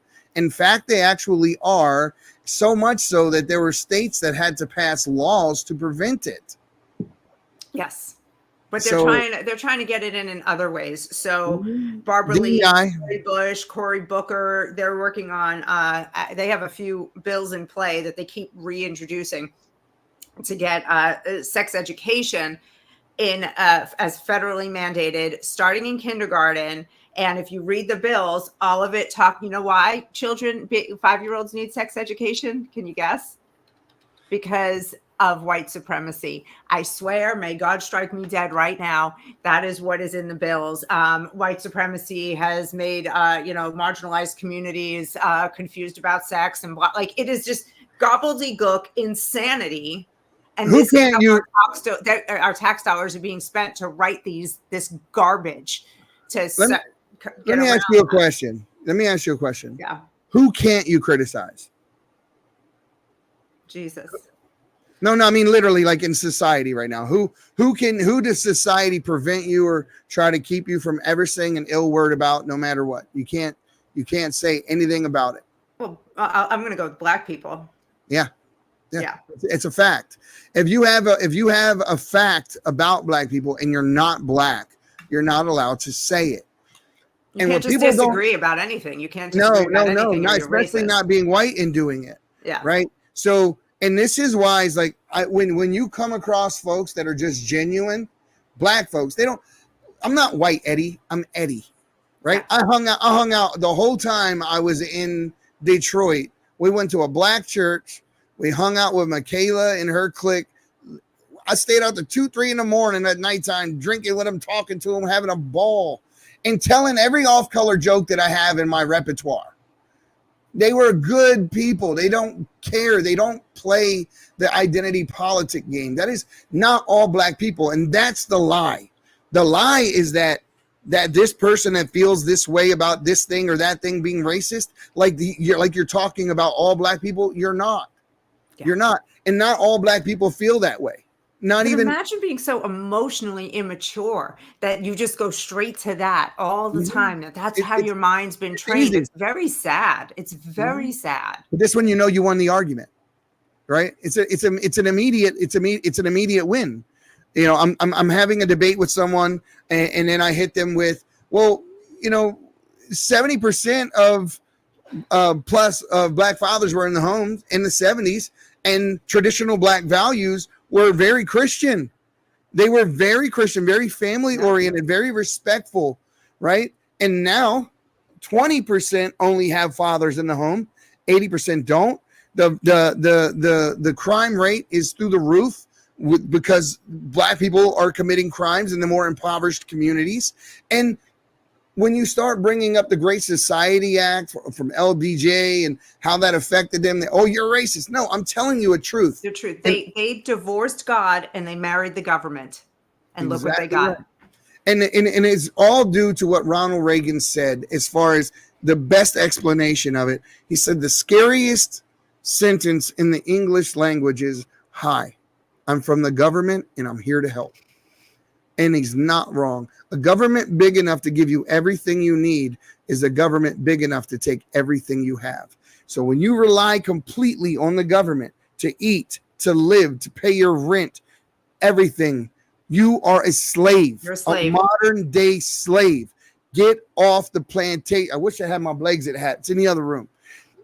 Get off the Democratic plantation. This is what Trump was doing when he was putting these opportunity zones in these impoverished communities. They were giving tax credits to people to go open up businesses and factories and things in these communities to give people a fighting chance. People were leaving the welfare rolls in droves. Black people had the highest salaries they ever had in history ever. That is why the Democrats hated Trump, not because of any of the things they say. It was because Trump was creating a society which allowed people to stand on their own 2 feet and not need the government. And that took away the power from the left. The left exists solely off of the backs of the people that it feeds. And if it cannot feed you and you don't need them for anything, they can't win on policy. They have no policy. They have to win on emotion. They hate you because you're black. They hate you because you're Asian. They hate you because and we don't. That's not a policy. What are you going to do to help people? Give them stuff? It doesn't work. Giving people doesn't look. Give a man a fish, teach a man a fish, right? Right. So you're saying something so obvious and basic, and it makes me want to flip a table that even needs to still be said. Yeah. And people don't like it when I say it like this. When they had those signs in the wild when you go into like Yellowstone or whatever, it's like, don't feed the animals. Why? Why don't you feed the animals? Right. Because they stop hunting. When you feed them, they stop hunting. Welfare was never needed in this country until they gave it out. It was not needed. It wasn't necessary until we gave it out. It was a temporary program meant for the guys after World War II when they came back, and Roosevelt established it. And now we know there's no such thing as a temporary government program. Remember what people did before welfare was they took care of each other like a Christian nation. You took your brother was out on hard times. You either brought groceries over to his house to feed him and his family, or they came and they lived with you. And yeah, there was some inconvenience, but we took care of each other, got each other back on our feet, pulled up. And then they could go back out on their own. That's how society operated. And there were a few people who didn't have a support system. Very few people. We used to go to our churches on Sundays. Our pastors or priests that are in our communities are actually looked to as leaders. Everyone in the community gave to the church. So the poor in the community were supported by the church and by the people, not by the government. Not by the government. Every single person, and I have known a lot of people on different forms of welfare, Section 8, this, like you name it, disability, permanent disability, paying all the bills, everything. Every single one of them, it has been a way of life. I'm talking about just like once they're in, they're like free They're in for life. ride. That's it. They are Babies America's having best. babies, having babies, having babies. Even ones that don't have a lot of babies. They I know single people. They just stay on it. Oh, I have a cousin who could not wait to turn 18 in order to file for disability because he didn't learn to read. He didn't go to school. Okay, you didn't go to school. You didn't acquire any worthwhile job skills to be able to go out and support yourself. Stupid is not a disability. Right. It's just not. If you use drugs all your life, that's not a disability. It's not a disability. It's a bad choice, not a disability. It's a consequence. You're sitting in consequences. You don't have a disability. But this is what happens. And these people that you're talking about, the ones I'm talking about, every one of them capable of earning a living and choosing not to, because nobody really checks in. We just need to give them the information and give them the ability to do it. This is what Trump was doing with the opportunity zones. The main thing that I learned after leaving the inner city of Baltimore, where I grew up, coming out west, is I realized that, oh crap, I didn't know this. I didn't know this. I didn't know this. All those same things that I didn't know on how to get myself from A to B with it, in a career and standing on my own 2 feet and all that. It was just a lack of information. In Democrat cities, they're not educating you on how to take care of yourself and go get a job and join the proper unions and teaching you a marketable skill. They don't want to do that. They took all of those courses out of your high school. It's the same reason why they don't give you school choice, because the teachers unions don't want school choice. They want you to continue to keep supporting the same broken system that feeds them over and over and over again for not doing the job well enough and keeping you stupid. How has nobody woken up to that yet? That the data is just so widespread and so available that American schools are failing. And they stand there at the unions and they say, we just need more money. We just need more money. The money comes in. They don't use it on the education. They use it on social programs, free lunches, which there aren't that many starving children in America. So every child in a school doesn't need a free lunch. That's a bunch of malarkey. I keep saying that word because I'm trying to not swear. Mm-hmm. Then we got in Lowell, Massachusetts, they have a barber to come and give free haircuts. They have, this is the real thing, they have mental health professionals in schools now, which every time a child is stressed, they say, well, you might be stressed because you're born in the wrong body. Are you interested in, having a conversation about your gender? It just goes on and on and on with these social services, not education. I mean, it's just constant. It's just training children. They're creating a need. They're training them from 5 years old to be dependent upon the state mentally and emotionally. They're creating a dependent. Yes. Yeah, that's what they're doing. They're leading them. And listen, I know somebody. I'm not going to say it's a personal relationship, but I'm going to tell you, there's somebody very close to me, and they thought, they were going through some things when they were younger, and they went to therapy. I disagree with therapy. I don't trust psychiatrists. I don't. If I need desperately to talk to somebody, I'm going to go talk to a pastor who I trust. Outside of that, I'm not walking into a psychiatrist. I used to trust therapists. I no longer do. There's no way you wouldn't catch me dead walking across the threshold. This young girl who was just, out of the way, had no friends. She was just the shy, didn't grow up with a lot of friends thing. We all knew him and that sort of thing, but went to therapy to try to deal with some of the depression and sadness. And the therapist convinced her she was gay. And that is the reality. The reason he told her she was sad is because she was trying to live a life that was a lie. She was trying to conform to what society told her she was supposed to be instead of who she was. And when pressed hard enough, the young girl told me that this was the idea that was presented to her, that she never presented it to the therapist. The therapist presented it to her. This is not even close to the only time I've heard this. Exact tale, different people. Same thing. Therapist coming and saying, introducing a new idea and talking the patient into a condition they don't actually have, condition or a way of life or something they don't actually I'll have. set this goal way over here, and then I'm going to lay the bricks down on the path to walk you right to that goal all the way until you get there. And that's what they do. It's what they do. And it's sad. And here's the thing. My prediction is this. I said the left screwed up when they did one thing. I said when they went after the children, that was the line, right? That was the line. I think that you're going to start to see people. Well, put it this way: if it were my kid that some of that things that I saw take place in your movie happened, we'd be having this conversation, and I'd be on a prison bunk. I'm not. That's not a euphemism. I mean that very literally. Mm-hmm.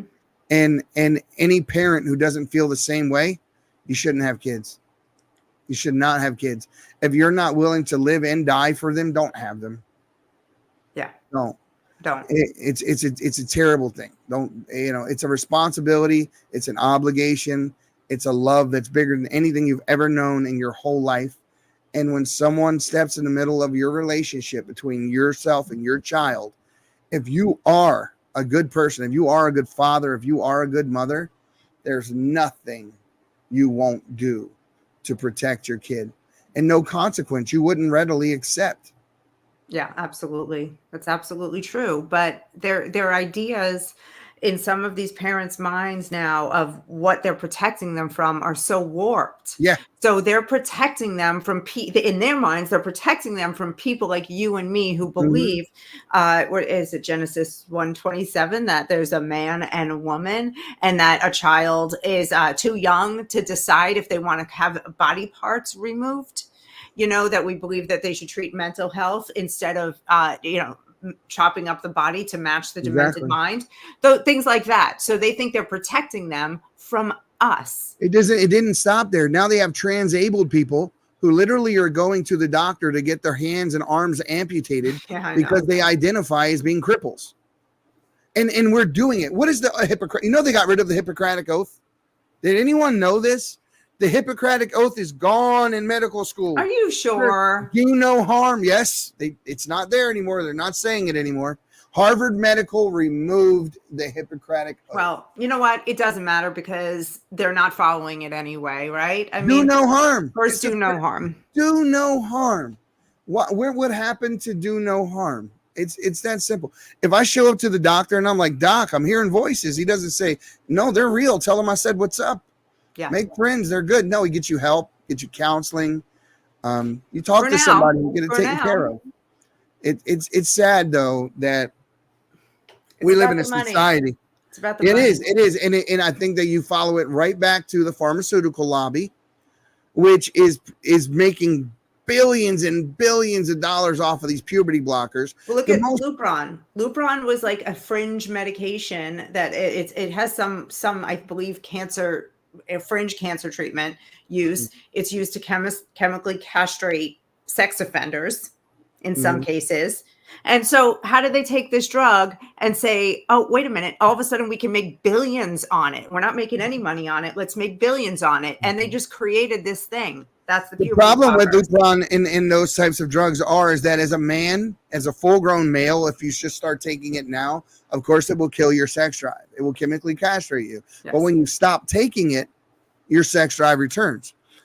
If you are a prepubescent kid who hasn't gone through puberty and you take this, you don't get that time back to go through puberty. If that time passes, you are forever affected. You actually, it sterilizes many, it sterilizes, many young men. It lowers yes. It gets your life expectancy decreases significantly. And these sickos are still going around saying it's irreversible. I mean, it's reversible. It's just a pause. It's just a pause. You can't pause. These people are playing God, and You they're see how crazy terrible they at look it. when they say it, right? You see how they. I can describe almost every Antifa member without ever even looking at them. All these weirdo lefties that talk like that, you can literally describe what they look like without having ever talked to them. It's really terrible. You're right, but it makes my skin crawl, and it infuriates me to see people lying. I got a to question for you. children. I got a question for you because I was talking to a couple of people today about this. Yes, you're exactly right, Turamaktu. Munchausen syndrome. Yes. Listen, the recently Matt Gaetz said some things that people took real umbrage with. And he said that all of the women out in the front of these abortion clinics that are protesting these things are in no danger of ever becoming pregnant. I know, I've heard that. And I absolutely love it. Yeah, that's actually so true. You know what? I'm asking you because you're a woman, right? The people that got offended that were around it when we were talking about it were women. It's just mean. And when it comes to protecting kids, I don't care how mean you have to be. What did Jesus say? A millstone tied around the neck. So you're scared about an insult, and he's talking about a millstone. And no, I'm okay with it. When Matt Gaetz said, well, what are you going to say to those people that are offended? He said, be offended. Be offended. Be offended. It's very simple, and it is okay. And who was it? I think it was Ricky Gervais. I heard saying, like, how arrogant do you have to be to think that you get to just parade through life without ever being offended or ever having anybody say something that you might disagree with? Exactly. I mean, we went from remember like 10, 15 years ago, people like us, we were looking around at young people going, what's with the entitlement? Like, it was just this, everybody owes me something kind of attitude. Right. Remember that? Yes. And we went from entitlement to I can't be offended to now they've trained young people to just be activists and disruptors every time they don't get something, every time something doesn't go exactly their way. They're taught by their teachers in their schools and their professors to this is what you do. Like, I miss entitlement. Like that, I could just roll my eyes out. This is insanity. I want to tell you. So I want to. There is a story that came out this week, and I actually have it queued up here, and it kind of answers your question about, these people have no chance of getting pregnant. But one of them didn't get pregnant, but there was a chance. So, oh God, I've been waiting all night for this. So, do you remember this guy who flashed his boobs at the White House at Pride Day? The trans party on the White House lawn. Yes. Yes, I'm gonna let's show everybody because this is so much fun. They're just Thank you. Trans rights are human rights. Are we topless at the White House? Yeah. Want to see it again? No. First president ever to have cocaine found in the White House 2 times, to give out crack pipes, and have a topless trans party on the White House lawn. Yeah. Never talk to me again about and shower with his daughter and have his son have an affair with the widowed wife of his brother. And just, I mean, these family, this family is so crazy. No, this was the decency ticket. They missed they should have been on every episode of Jerry Springer. Well, let's embarrass them. Let's embarrass them. Yeah, I know. They were like the reason the Jerry Springer show was created, right? So let me just tell you a little bit about that guy that you just saw. That's a dude, goes by the name Rose Montoya. And Rose was just accused of sexually assaulting 5 different people. And one of the accusers, Jessie Diamond, who also goes by the name Trans Muscle Bear, is a girl who thinks she's a guy. So the guy who thinks he's a girl raped the girl who thinks she's a guy. All right, I got a question. Allegedly. Go ahead. Who's the pitcher and who's the catcher in this scenario? I don't know. Well, it was a rape. So the dude who thinks he's the guy, the dude who thinks he's a girl is the pitcher. Oh my God. Mr. Garrison. No, wait. This gets back. You got to hear this. So Diamond, the biological female, exposed the story and went and posted an email from the White House flasher. This is so crazy. This is I wish I could have like background circus music playing right now, because that's the only that We can get you some circus music. All right. Well, I'm sure I'll be talking about this again. So this is the letter from the White House flasher. I'm really sorry I broke your trust and violated you.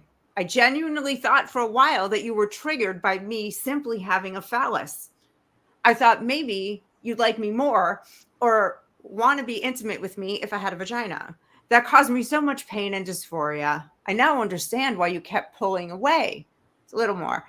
I'm sorry I forced myself on you. I told myself I'd never do something like that to someone else, and here we are. So just clear. Okay. I'm going to break this down for the sane people, because listening for the first time, I had to read that like 3 times to even get through it. It's like, okay, so I thought you didn't like that I had a schlong. I thought you'd like me better if I didn't have one. So just to be sure that you didn't like it, I raped you. My bad. Test it out. My bad. My bad. I raped you just to be sure that you hated my penis. My bad.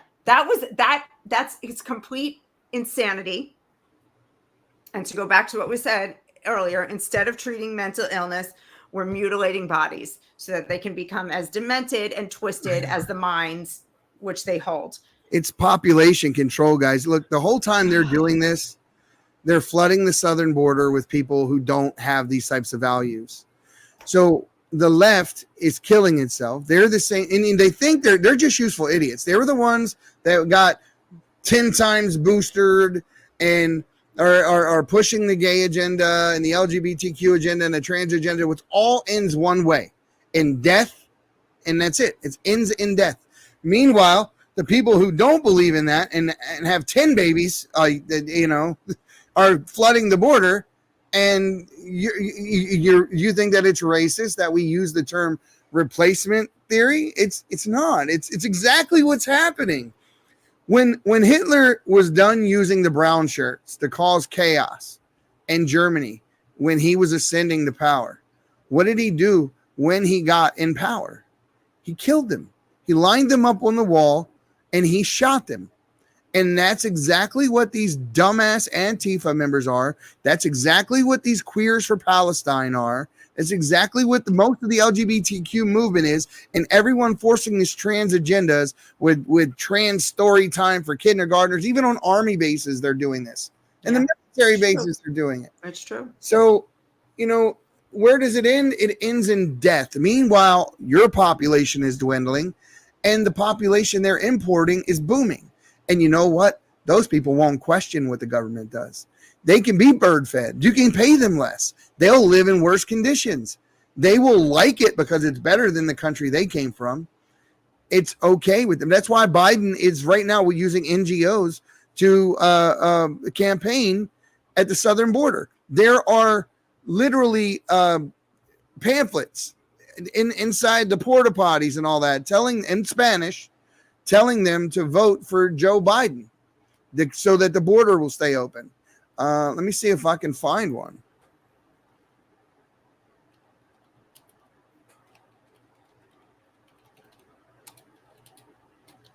I just don't I just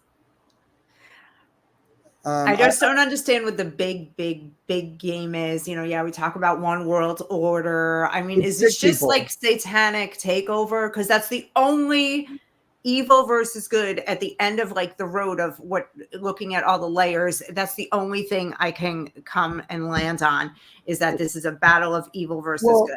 If you're a sick individual who adheres to wanting these laws because you want to live in a world that doesn't view you as a sick bastard, and when they normalize those things, then maybe you don't have to do these things in the dark anymore. Like they have organizations like NAMBLA. People don't know who NAMBLA is. NAMBLA is the North American Man-Boy Love Association. It is a literal organization made up of a bunch of sick and twisted people and it's real. That's the crazy part. It's real. So when you see the left giving them names, whenever they give a name to something, when they like they call them minor attracted persons, look out. Right behind that is civil rights. Right behind that is these people have a mental illness they should not be held accountable for. Look out. That's what's coming. As soon as they name it, it's over. It's like the people that go to court that have done something very wrong. They might have killed somebody, might have done whatever they did, but instead of being held to account for their crime, what happens is they get to court and they say, well, this person grew up and he had a bad life and he didn't, his dad beat him and his mom beat him, and I don't care. Well, they're not calling them criminals anymore. I forget where, somewhere in America, they changed it. You can't call them criminals. You call them justice impacted individuals. You know why they won't convict kids that are less than the age of 25 in all these weird communistic blue states that like LA, because they say that their minds are not done being formed until they're 25. So we shouldn't be giving them life sentences at 17 because they can't make decisions for themselves. Yet you allow them, when they can't choose their own bedtime, to go whack off their wee-wee. Makes no sense. You have books like the ones I read from, like teaching them to have sex and look at porn and anal masturbation and all the things. Hold up, is that a thing? What? I didn't know anal masturbation was a thing. No, I didn't either until I read it in a children's book. Swear on my life. There's one word I did not think that I was going to hear in this 24-hour period today was anal masturbation. I have, here it is. Here it is. Wow, don't tell me you have an instruction book. In this book, Let's Talk About It, which is in American middle schools. There is a page here with one whole page just on how to play with your anus. Do you want me to read it to you? I can. Go ahead. I have to hear. This is comedy gold. Wait. Oh, here we go. I have it bookmarked. See, I have a tab. Okay. And don't forget, everybody's got a butt. After the train has left the station, so to speak, and you've had a chance to wash up or douche back there, you can have an assload of fun with a healthy heaping of lube. Wait till you see the picture. And this was kids could get this. This is in middle schools across America, which starts at age 11. Guys, listen, if you don't go check your school libraries, please check your school libraries. Right, here we go. I'm gonna ask Elena to post a list of the names of these books. See this? Oh my God. All right, I could go on, but I can see you've had enough. Oh my God. Listen, I'm gonna ask her to post the names of these books. She sent them to me and Maurice before. But listen, post them. I want you guys to see them and go to your school, your kid's school, and see if you can find these books. You know what you can do specifically, even better than that, is go. So you're not just guessing in the dark. Go to there's an organization I work with, I'm partnered with, called Take Back the Classroom. Go to takebacktheclassroom.com and take one of their trainings, and they train people on how to go district by district and get the information that they need. There's a very specific system. You can do it. You can find out every single thing what that is in the schools. And then they train people to then go and fight the school board and get them removed. And they've got, probably 30 or 40 districts listed so far that their volunteers have done this for. And every time they go to a new district, they find more. But there's 13,000 districts in the country. So your district may already be listed on their website. Go check it out. If you don't see your district, it just means it hasn't been investigated yet because they have because they need more volunteers. But yeah, go to them. They will show you how to do it, and you'll find out. In the next couple of weeks, I'm coming out with a series on what is going on in Boston public schools and the absolute horror. Can I be in the movie? Vulgarity. Can I be in the movie? You want to come? You want to find out what's going on in Boston? I just want to be in the movie. It's not a movie. It's just going to be some Instagram reels. But I am going after Boston because the things that have been found in that school district, and it's a massive school district, are outrageously obscene. I can't wait to tell everybody about it. Let's get you in touch with some of the friends of the show in that area, political, or hell, not if they want to. I wouldn't care if you want to talk to someone on the left about this. If they'll talk, yeah. I mean, listen, we'll make it happen. We'll make it happen. We'll get somebody on the other side of the issue, and we'll try to get you somebody on this side of the issue, so you have a. I'm like kryptonite to them. They hate me, but if you can get one of them to agree to talk to me, let's go. Sure, I can. All right, I am. They see me coming a mile away. I'm like standard white conservative lady. They see me a mile away and they run. You cis woman. How dare I? Yeah, how dare you? Listen, it's been fun. I actually have fun. I didn't even realize we were. I know you were going to be here for 15 minutes. We covered a lot. We did. Listen, guys, if you're in Florida, we will be attending the Turning Point USA event down there at TP Action Committee. Did email me. I haven't gotten you the dates yet, but they did send me said dates. So I got you. I know that Alexandra had also interest in going, so you guys can go. Also, Dale lives down there with you guys. So all three of you guys can go, and we'll get you some of this kind of I'm voting for the outlaw. Patriots prayer on the back. We got you. Dude, I can't wait. So yeah, I mean, we're gonna try to have a presence in wherever we possibly can. Listen, we got 10 shows on the network, guys. 10 shows. We're in multiple days. Some of them are streaming multiple times per week. We have morning, noon, afternoon, evening shows. And I'm going to fill up every slot. The Patriots Prayer is the first ever. You name another one, I dare you. There's no other podcast network on the internet, period, on one channel. We have hit every perspective with the exception of the Asian perspective. Right? It's the only one we don't have, right? We got everything else covered. We got it all covered. But we don't have that one. But, that's not what we're really trying to do, is get like a DEI network. That's not what it's about. It's just about a bunch of people with a shared vision, shared values, who want to change the world. And that's really what it is. And have fun doing it. And we're going to make everyone's connections. We're going to get everyone talking to music moguls, entertainment moguls, politicians, you name it. And we're going to make a huge impact along the way. I guarantee you, within the next couple of years, you're going to see the Patriots Prayer on outside of this network. They already offered us TV shows. We turned them down. Me and Maurice turned them down. He ever tell you that story? No. What happened there?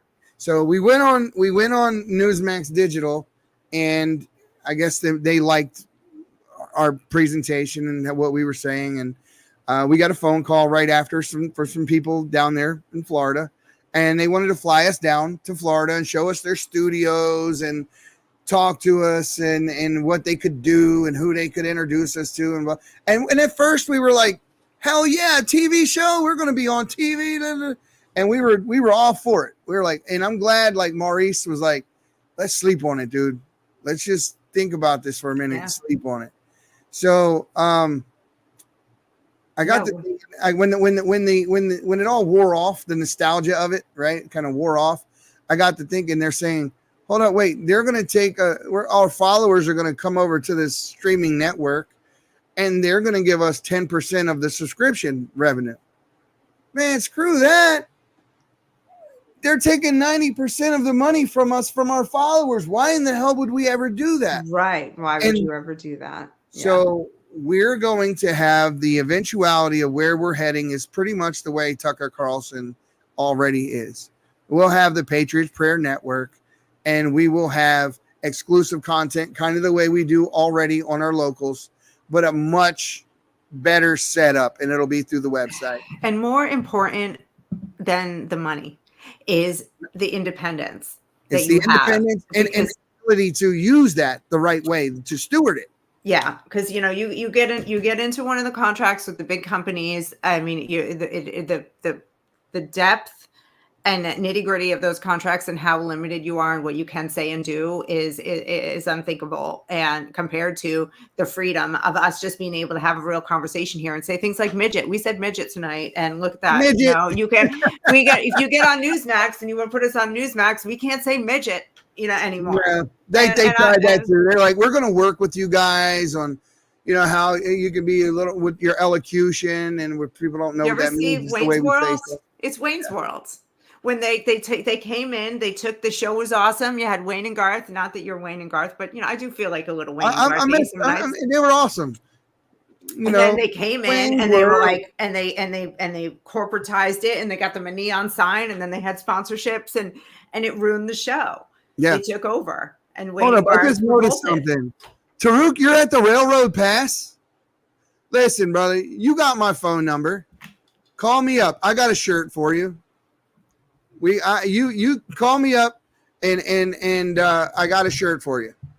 You're in town. No way I'm going to let you leave town without a memento, brother. I got you. But and Taruk did say also that he is marked safe from giving himself stink finger today. He's out at the Railroad Pass, which is out on an area of Nevada called Sloan. That's where I go riding my quads out there. That's where all the mountainous terrain and all the trails and all the solar fields and all that stuff are. Yeah, it's only about 10 minutes from me where I'm at right now. Yeah, give me a ring. We can set something up. I'll let you buy me a drink and I'll give you a shirt. Oh, all right. I think it's time. It's 11 o'clock here. So sorry, JTV, you showed up at the very end, but we do appreciate you joining. Listen, guys, we don't get a lot of traction on YouTube. Google doesn't like the truth. They don't like the things that we say. They don't give us the kind of traction that we actually deserve. Before we get out of here, I'll tell you a quick story. If you go into the Patriots Pray and you go into the highlights at the top and you go look at some of the original podcasts that we did before they realized how popular we were, look at the numbers. 78,000, 77,000 on one live. That was before they caught on to what we were doing and stifled us. Wow. And we noticed it. But even it's stifled, we have over 2,000 views on this live right now. Right now, because people are looking for us. We're breaking the algorithm. Right? We may not show up in your suggestions and whatnot like that, but if you know who we are and when we're on, all day long we're going to be on. You come over to the channel and click, and you're going to get Alexander Levine, you're going to get Michaela Montgomery, you're going to get Nicolette, you're going to get Jay Andrews, you're going to get Two Guys, One Coup, you're going to get Seth Eisenberg, you're going to get the Based Mother, you're going to get me and Maurice. You're going to have somebody on our channel all day long. There's someone there, someone passionate about what they believe, and someone is going to entertain you while they're educating you, and it's going to be fun. So, guys, if you haven't favorite placed us, if you haven't smashed that like button, if you haven't followed, if you haven't shared, do it. Do it. We are a crowd-funded platform. Without you, there's no us. This was easy to do out of Eddie's pocket when it was just Eddie, setting this up years ago. Yeah. It's way beyond that now. It's way beyond that now. With 10 shows, it's way beyond that. So I'm not going to sit here and say we don't need you. We absolutely do. So, guys, if you have it in your heart, in your wallet, and you want to give to the show, you can do that. If you're on Rumble, smash that money button and help us out. We would appreciate it. It helps with us going the turning point. I think Maurice said the other day, we ate the entire time we were in Detroit. He did. Based off of our money that we got from Smoke and Gun Coffee. Thank you to Smoke and Gun Coffee for being a great guys And we really do appreciate it. And we are going to do so much more. We will go wherever the story is. Listen, me and Maurice went. I'm not from Detroit. But we went to an all-black church in the heart of Detroit, in the middle of the city, with Brexit hats on, to a Trump speech, and had a blast doing it. Had an absolute blast doing it. And we got to present via our podcast co-host, Michaela Montgomery, present Trump with a birthday present. And it was so worthwhile to see that and be a part of that. And we're going to do so much more. Don Jr. will be on the Patriots Pray within the next month or so. We've been told, we've been given the confirmation. I wouldn't say it if it weren't true, because I know you guys are going to hold me to account. So we're really doing everything we can to bring you the best in podcasting, the best talent, the best guests, the best information, and you always have access to us, and we're always going to answer you. If you have a question, you have a comment, put it. I guarantee you our people get back to you. We're not unreachable.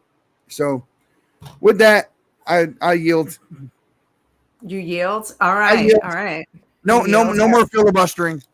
No more. All right. Well, I listen, it's 11 o'clock here on the East Coast. This is way past my bedtime. I know it's Friday night, but man, I'm old. I'm Gen X. So guys, Hey, this is somebody's actually got your so name much down fun. here. Is this somebody you know? What's that? Who's this? Somebody spelled their name like yours, Lorraine Barbera. Oh, my sister. That's my sister. You didn't think that I would notice that. I notice everything. You do What's notice up, Lorraine? everything. What's up, Lorraine? That's great. Oh, she's back. Yeah, she left for a little while. I think maybe during the deep state stuff, she bounced. Thank you, Silent Man, Silent McGroin. Silent McGroin gave you $10, brother. Thank you so Thank much, you. man. That's That is awesome. awesome. That's Thank you. awesome. And we love you guys. And listen, if you guys don't know, the McGroin Nation hosts a channel on Rumble, and we're members of that channel. If you guys, it is the funnest thing. Remember the old days we used to have chat rooms back in the day, AOL chat rooms and that sort of. Of course. Man, listen, they brought it back. Go over to McGroin Nation over on Rumble and become members there. Help support these guys because they help support us. And go over there. There's a great time. There's always somebody joking, saying something, talking about what's going on. It's a cool little forum they got, and we appreciate them showing up to our shows. So go check them out at McGroin Nation. Yeah, and that was the first super chat I got on my shows, I believe, unless I Your missed number one one earlier. silent. Number one silent. Here, I'm gonna cash app it to you right now. That's all right. That's all right. Keep it in the kitty for the moment.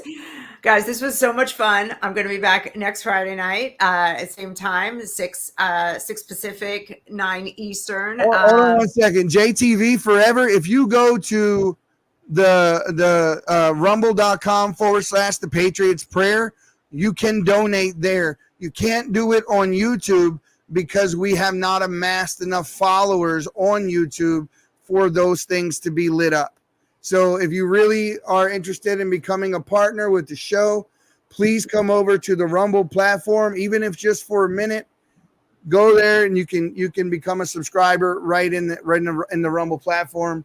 As a matter of fact, here I'll do this. I'm gonna copy the link to it. I was just going to say, can we drop that somewhere for people? There's the link. Did it go? There it is. All right, there it is. So there's the link to it, JTV. Go ahead and jump over there, and I'm sure that she would very much appreciate it. We would very much appreciate it. And guys, I can't wait. We're going to see you again Monday and Wednesday. We got, amazing shows. Elon, never mind. I was told not to say anything. I almost blurted out some What are stuff. you doing? What are you I doing? can't. All right. I'll leave it at wait. Elon. I can wait. I'll tell you when we're off air, but I was told not to say anything. We're going to wait till like 24 hours before, and we have a surprise guest coming on Wednesday, you Wednesday. said? It's Wednesday. All right. Wednesday. We got a good one on Monday too, believe it or not. Yeah.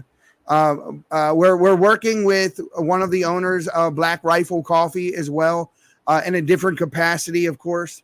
And we're on their Get Out and Vote campaign, and you're going to start seeing that on every podcast. And they are the ones who also sponsor Triggered, right? And if people don't know, John Jr.'s podcast is called Triggered. This is how we're making the moves that we're making, because people are seeing the value in what we're doing, and they're reaching out to us, and they're like, dude, I can't believe God has blessed us so much. I'm not kidding. It's overwhelming. When I walk into the Detroit Convention Center, and I've never been out on the street and been recognized or any of that stuff. I'm just Eddie. But when we walked in there and people knew who we were and all the stuff, it was a lot. I mean, it was really humbling to know that we've people vibe with what we're saying, and they like us. They really like us, right? So we had fun, man. Hey, that's how we met, because I was a fan. So and I reached out to talk to you guys to say if you wanted to have me on as a guest to talk about the film. About exactly right. And you had that name Based, which is Maurice's favorite word in the world. And so listen, guys, I got another thing working right now for Elena. I just got off the phone before we came on air about an hour or so ago, maybe 2 hours ago, with the owner of Smoking Gun Coffee. They've created a coffee club. So you guys don't have to keep buying it, buy it this time, buy it that time. You can just join Smoking Gun Coffee and you'll be able to join the coffee club, and they'll send you your coffee on a monthly basis. You'll save money doing it. You'll be able to support the show.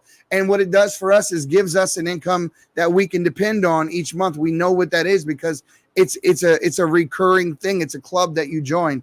So, and they are private labeling the coffee bags, and they're going to say the Patriot Prayer Dark Roast, the Patriot Prayer Medium Roast, all that. It's going to be cool. They sent me the design. It's awesome. I did not know that. That's super cool. Yeah, it's awesome. Yeah. Those are great guys, man. Great guys. Well, I'll let you get out. I know you tried to say goodnight a couple of times, but I started talking, so I apologize. Hey, this is how it's going to be. It's fine. Base sister. She said it's the base. Lorraine, if you keep talking like that, we're going to have to bring you up on camera. Oh, you have no idea. She'd be great. But we got to make that happen. It would be a different kind of show. We'll get her on. It's not going to be it's not going to be politics and deep state. It's just going to be life. Oh, she's based all right. She's all right. All right. Another New Yorker, of course. So hey, we're down. No, we were born and raised in Brooklyn, but in a blue collar neighborhood. But like somebody said here, the use of the word based is now being recognized by the left as white supremacist. I hadn't heard that. I didn't know. I knew they already told me I was a white supremacist. You didn't know that? I'm conservative, but I didn't know that. It's not true because I didn't see you at the last meeting, so I know it's not true. I'm definitely a far right extremist, though. You're going to catch me at that meeting every day. Yeah. Yeah. Well, guys, listen, I had a great time. I'll jump on any one of these guys' podcasts at any time. I always have fun with everybody. So I love hanging out with you guys too. And don't forget, Taruk, give me a call. I got a shirt for you, brother. Did I ever show you before we get out of here? Hold on.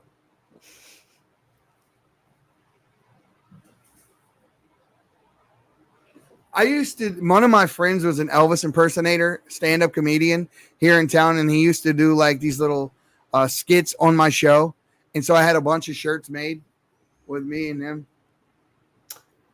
Oh, isn't that cool? So listen, man, I got this. It's all yours, True. It's right here. I have a box of them. So I got a shirt for you. Just give me a ring, You guys got to get together. Go get together. Get him that shirt. Throw the JTV.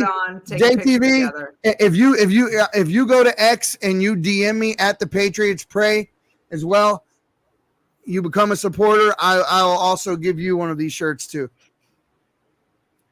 So there's that.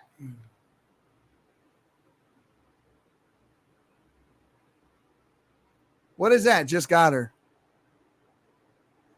What does that mean? I don't see that one. It says right there, just got her.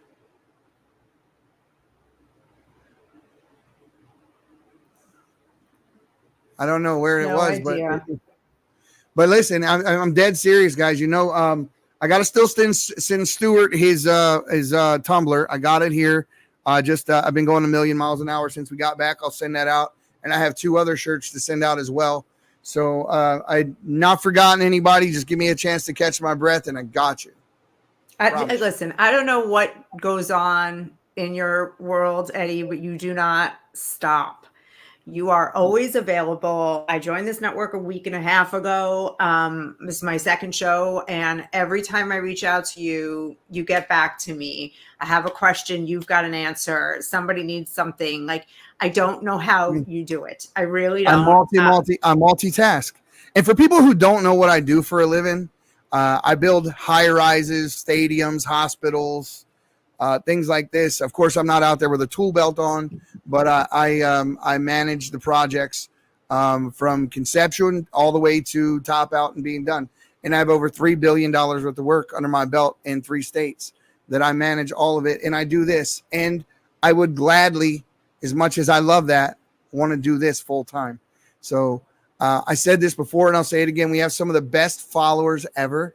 And I would rather have 10,000 real followers than those 5 million guys that just click and like the content and they're here and there whenever they want to. So these guys, they're always here. We love them. They're real followers. And we're just going to keep growing like that. And you're the guys that are going to help us get where we want to be. And we'll never forget you for it. I truly am grateful. Grateful for everybody that sat here with us. Thousands of people sat here with us tonight, throughout the night, and just listened to this conversation and chimed in on the chats. And now go, if you heard anything new, you heard anything worthwhile, share it. Let people know. We got to wake people up. And that is my I get up every day and say, how can I wake people up to the truth? Literally, that's like my thing is, what can I do today to maybe make a difference and make my country better? And that's what we're here doing. And that's why I'm spending my Friday night here and Eddie's spending his Friday night here, because this matters as much as or more than anything else right now, because it's critical right now. So you being here, I'm grateful, and just go out and don't be afraid to speak the truth out there. Vote and get someone else to vote who's never voted before. Yes. That is your goal. That is your please, that is so important. Get everyone you know to vote.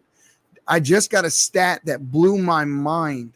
Less than half of the people who legally own guns in this country vote. That's crazy to me. That is nuts. Please go out and vote and convince someone else to do the same. How about the people who own illegal guns? Do they vote? Like Hunter? Sure they do. They vote Democrat. Hunter Biden? Yeah. If you I say this all the time to people. They stop gun violence. Well, tell Democrats to stop shooting people. It's that simple. That simple. Gun violence goes away. Just Democrats shooting people. All right, before we go, I cut you off before. We didn't get into the latest trans person, the dude, or was I don't know. It was a dude. It was a dude. Yeah. He killed his parents. And shot his brother and sister as well. They lived, though, because they locked the door. They locked the door, and they were on the inside. So he shot a few times, wounded them, but they didn't die. But mom and dad did. And, I mean, listen, this is exactly who the left are. The left put the battery in the back of these sick individuals. That's what happened at the nightclub shooting in Florida. That's what happened in Uvalde, Texas. That's what happened in Nashville, Tennessee. That's what happened in Philadelphia. Go back and do your own homework and look how many people have been involved in mass shootings in the last 7 years, and then take a look at how many of them were trans. And you tell me that when you have that many people, over 30 people have been killed to date by trans mass shootings. Over 30. I mean, come on, people. Come on. So do not ever feel like you're a bigot or you're marginalizing or being hateful towards somebody. You're not. Getting someone help and telling them the truth is not hateful. It's helpful. and you may save someone's life in the process. Right. Nobody ever wants to hear the truth, whether it's, they're trans or they're an alcoholic or, they got something that's holding them back in their life and putting it. No, it's very hard to hear the truth, but be the friend that tells them the truth. Mm-hmm. Yeah. It's like sitting down and having what do they call them when you get everybody together? Oh, intervention, right? Intervention. Yeah. You get everybody to sit down and come together and you tell someone, hey, you're a little too far off the edge, whatever drug, whatever. And the first thing they always do is deny it. Right? That's what they do. They deny it. You don't love the individual that's on drugs any less. The only reason you're telling them about what they're doing is because you love them. If you have people in your family, in your sphere that are in this lifestyle, it is not loving or kind or nice to enable it. You need to be the one that stands up and tells them the truth. 40% of the people in this community commit suicide. The other ones commit homicide. You don't want this for anyone that you love. Yeah, they have more anxiety, stress, depression, PTSD post-transition than they do before. And their mental illnesses are not treated. Mm-hmm. And in fact, when you have anxiety and stress and you think you're in the wrong body, when you add hormones into the mix, your brain just starts firing off all over the place. You know how we see them screaming all the time? That's like menopause on steroids. I mean, that's what we're seeing. We're putting kids into the mindset of a middle-aged woman who's bugging out, but just naturally, that's what we're doing to kids. Yeah. Maybe Trump should come up with like a new campaign slogan: build boobies back, and give everybody the top surgery. Get them all their boobies back. Get all these little 14, 15-year-olds and put them in counseling and do something. Stop acting like this stuff is normal. It's not. People are dying. You know the image that I'm stuck with, Elena, in the one in Tennessee, was the little blonde hair girl. She's at the window in the school, and her face is just in absolute terror. You cannot be more afraid than what she was in that window when nobody was coming to rescue. Yeah. And it wasn't but a few seconds after that picture was taken, that little girl was dead. She was 8 years old. You know what Kamala Harris did? She went down to Nashville. She didn't visit the parents. She didn't visit the school. Mm-hmm. She went down to advocate for the Tennessee 3 who were expelled from Congress for interrupting a business that was going on in chambers. And she was down there race baiting. She didn't give a damn about those kids. She didn't give a damn about the teachers or none of that. She went there to stand on the backs of dead people to make herself taller.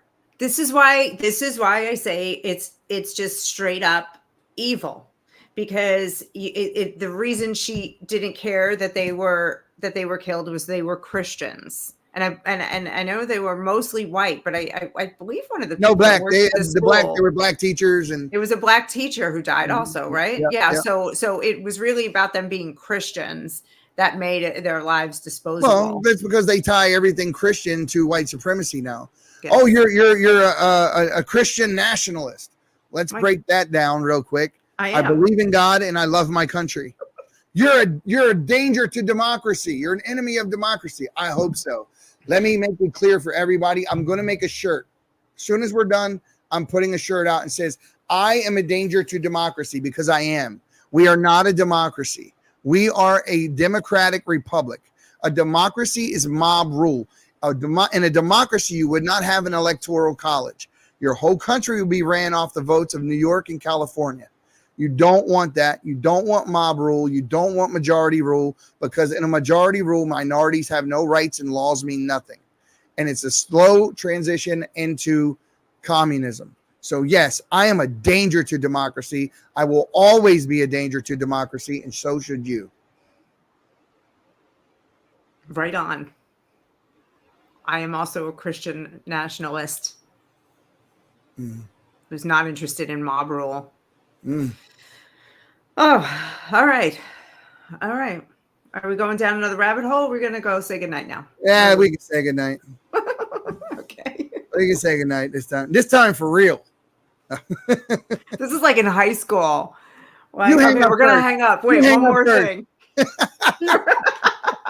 You hang up first. I'm not gonna lie. When I was 14, maybe 15, I remember sleeping with the phone to my ear. Absolutely. I was spoiled. I had one in my room. So I had the wire and the whole phone under the covers with me.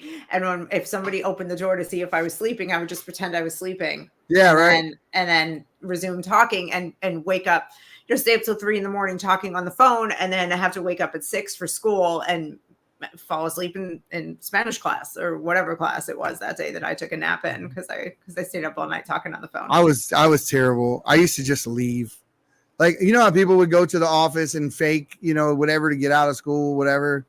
I didn't do none of that. I just got up and walked out the front door. I was bad. Yeah. I used to go to the nurse's office and take a nap all the time. I have a headache. I have a stomach ache, and they really lay down, and I would just lay down for a whole period and then get up and resume my day. I did that all the time.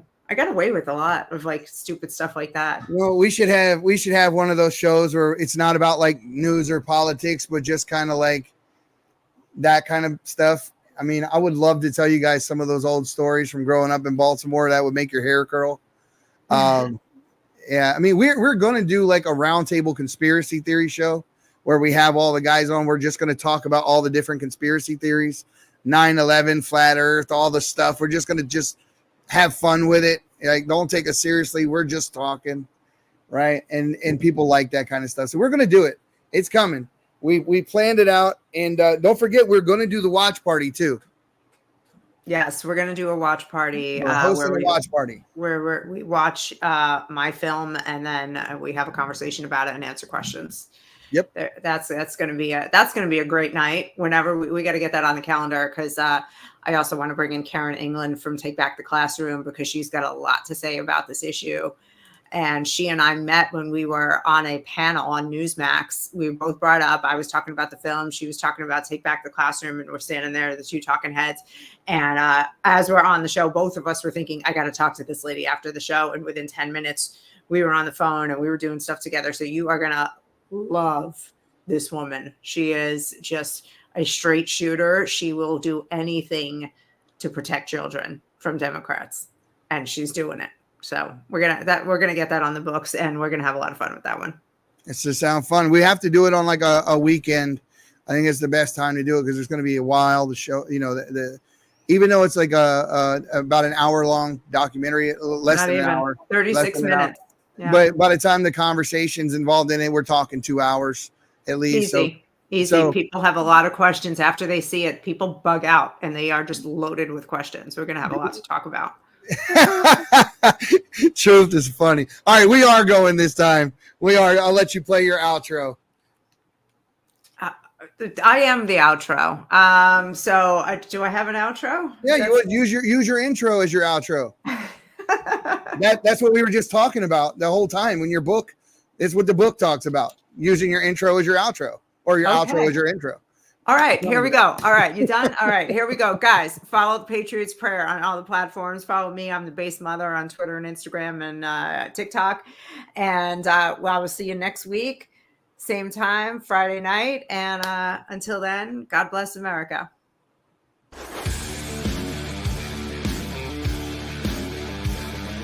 Have you heard of the Based Mother?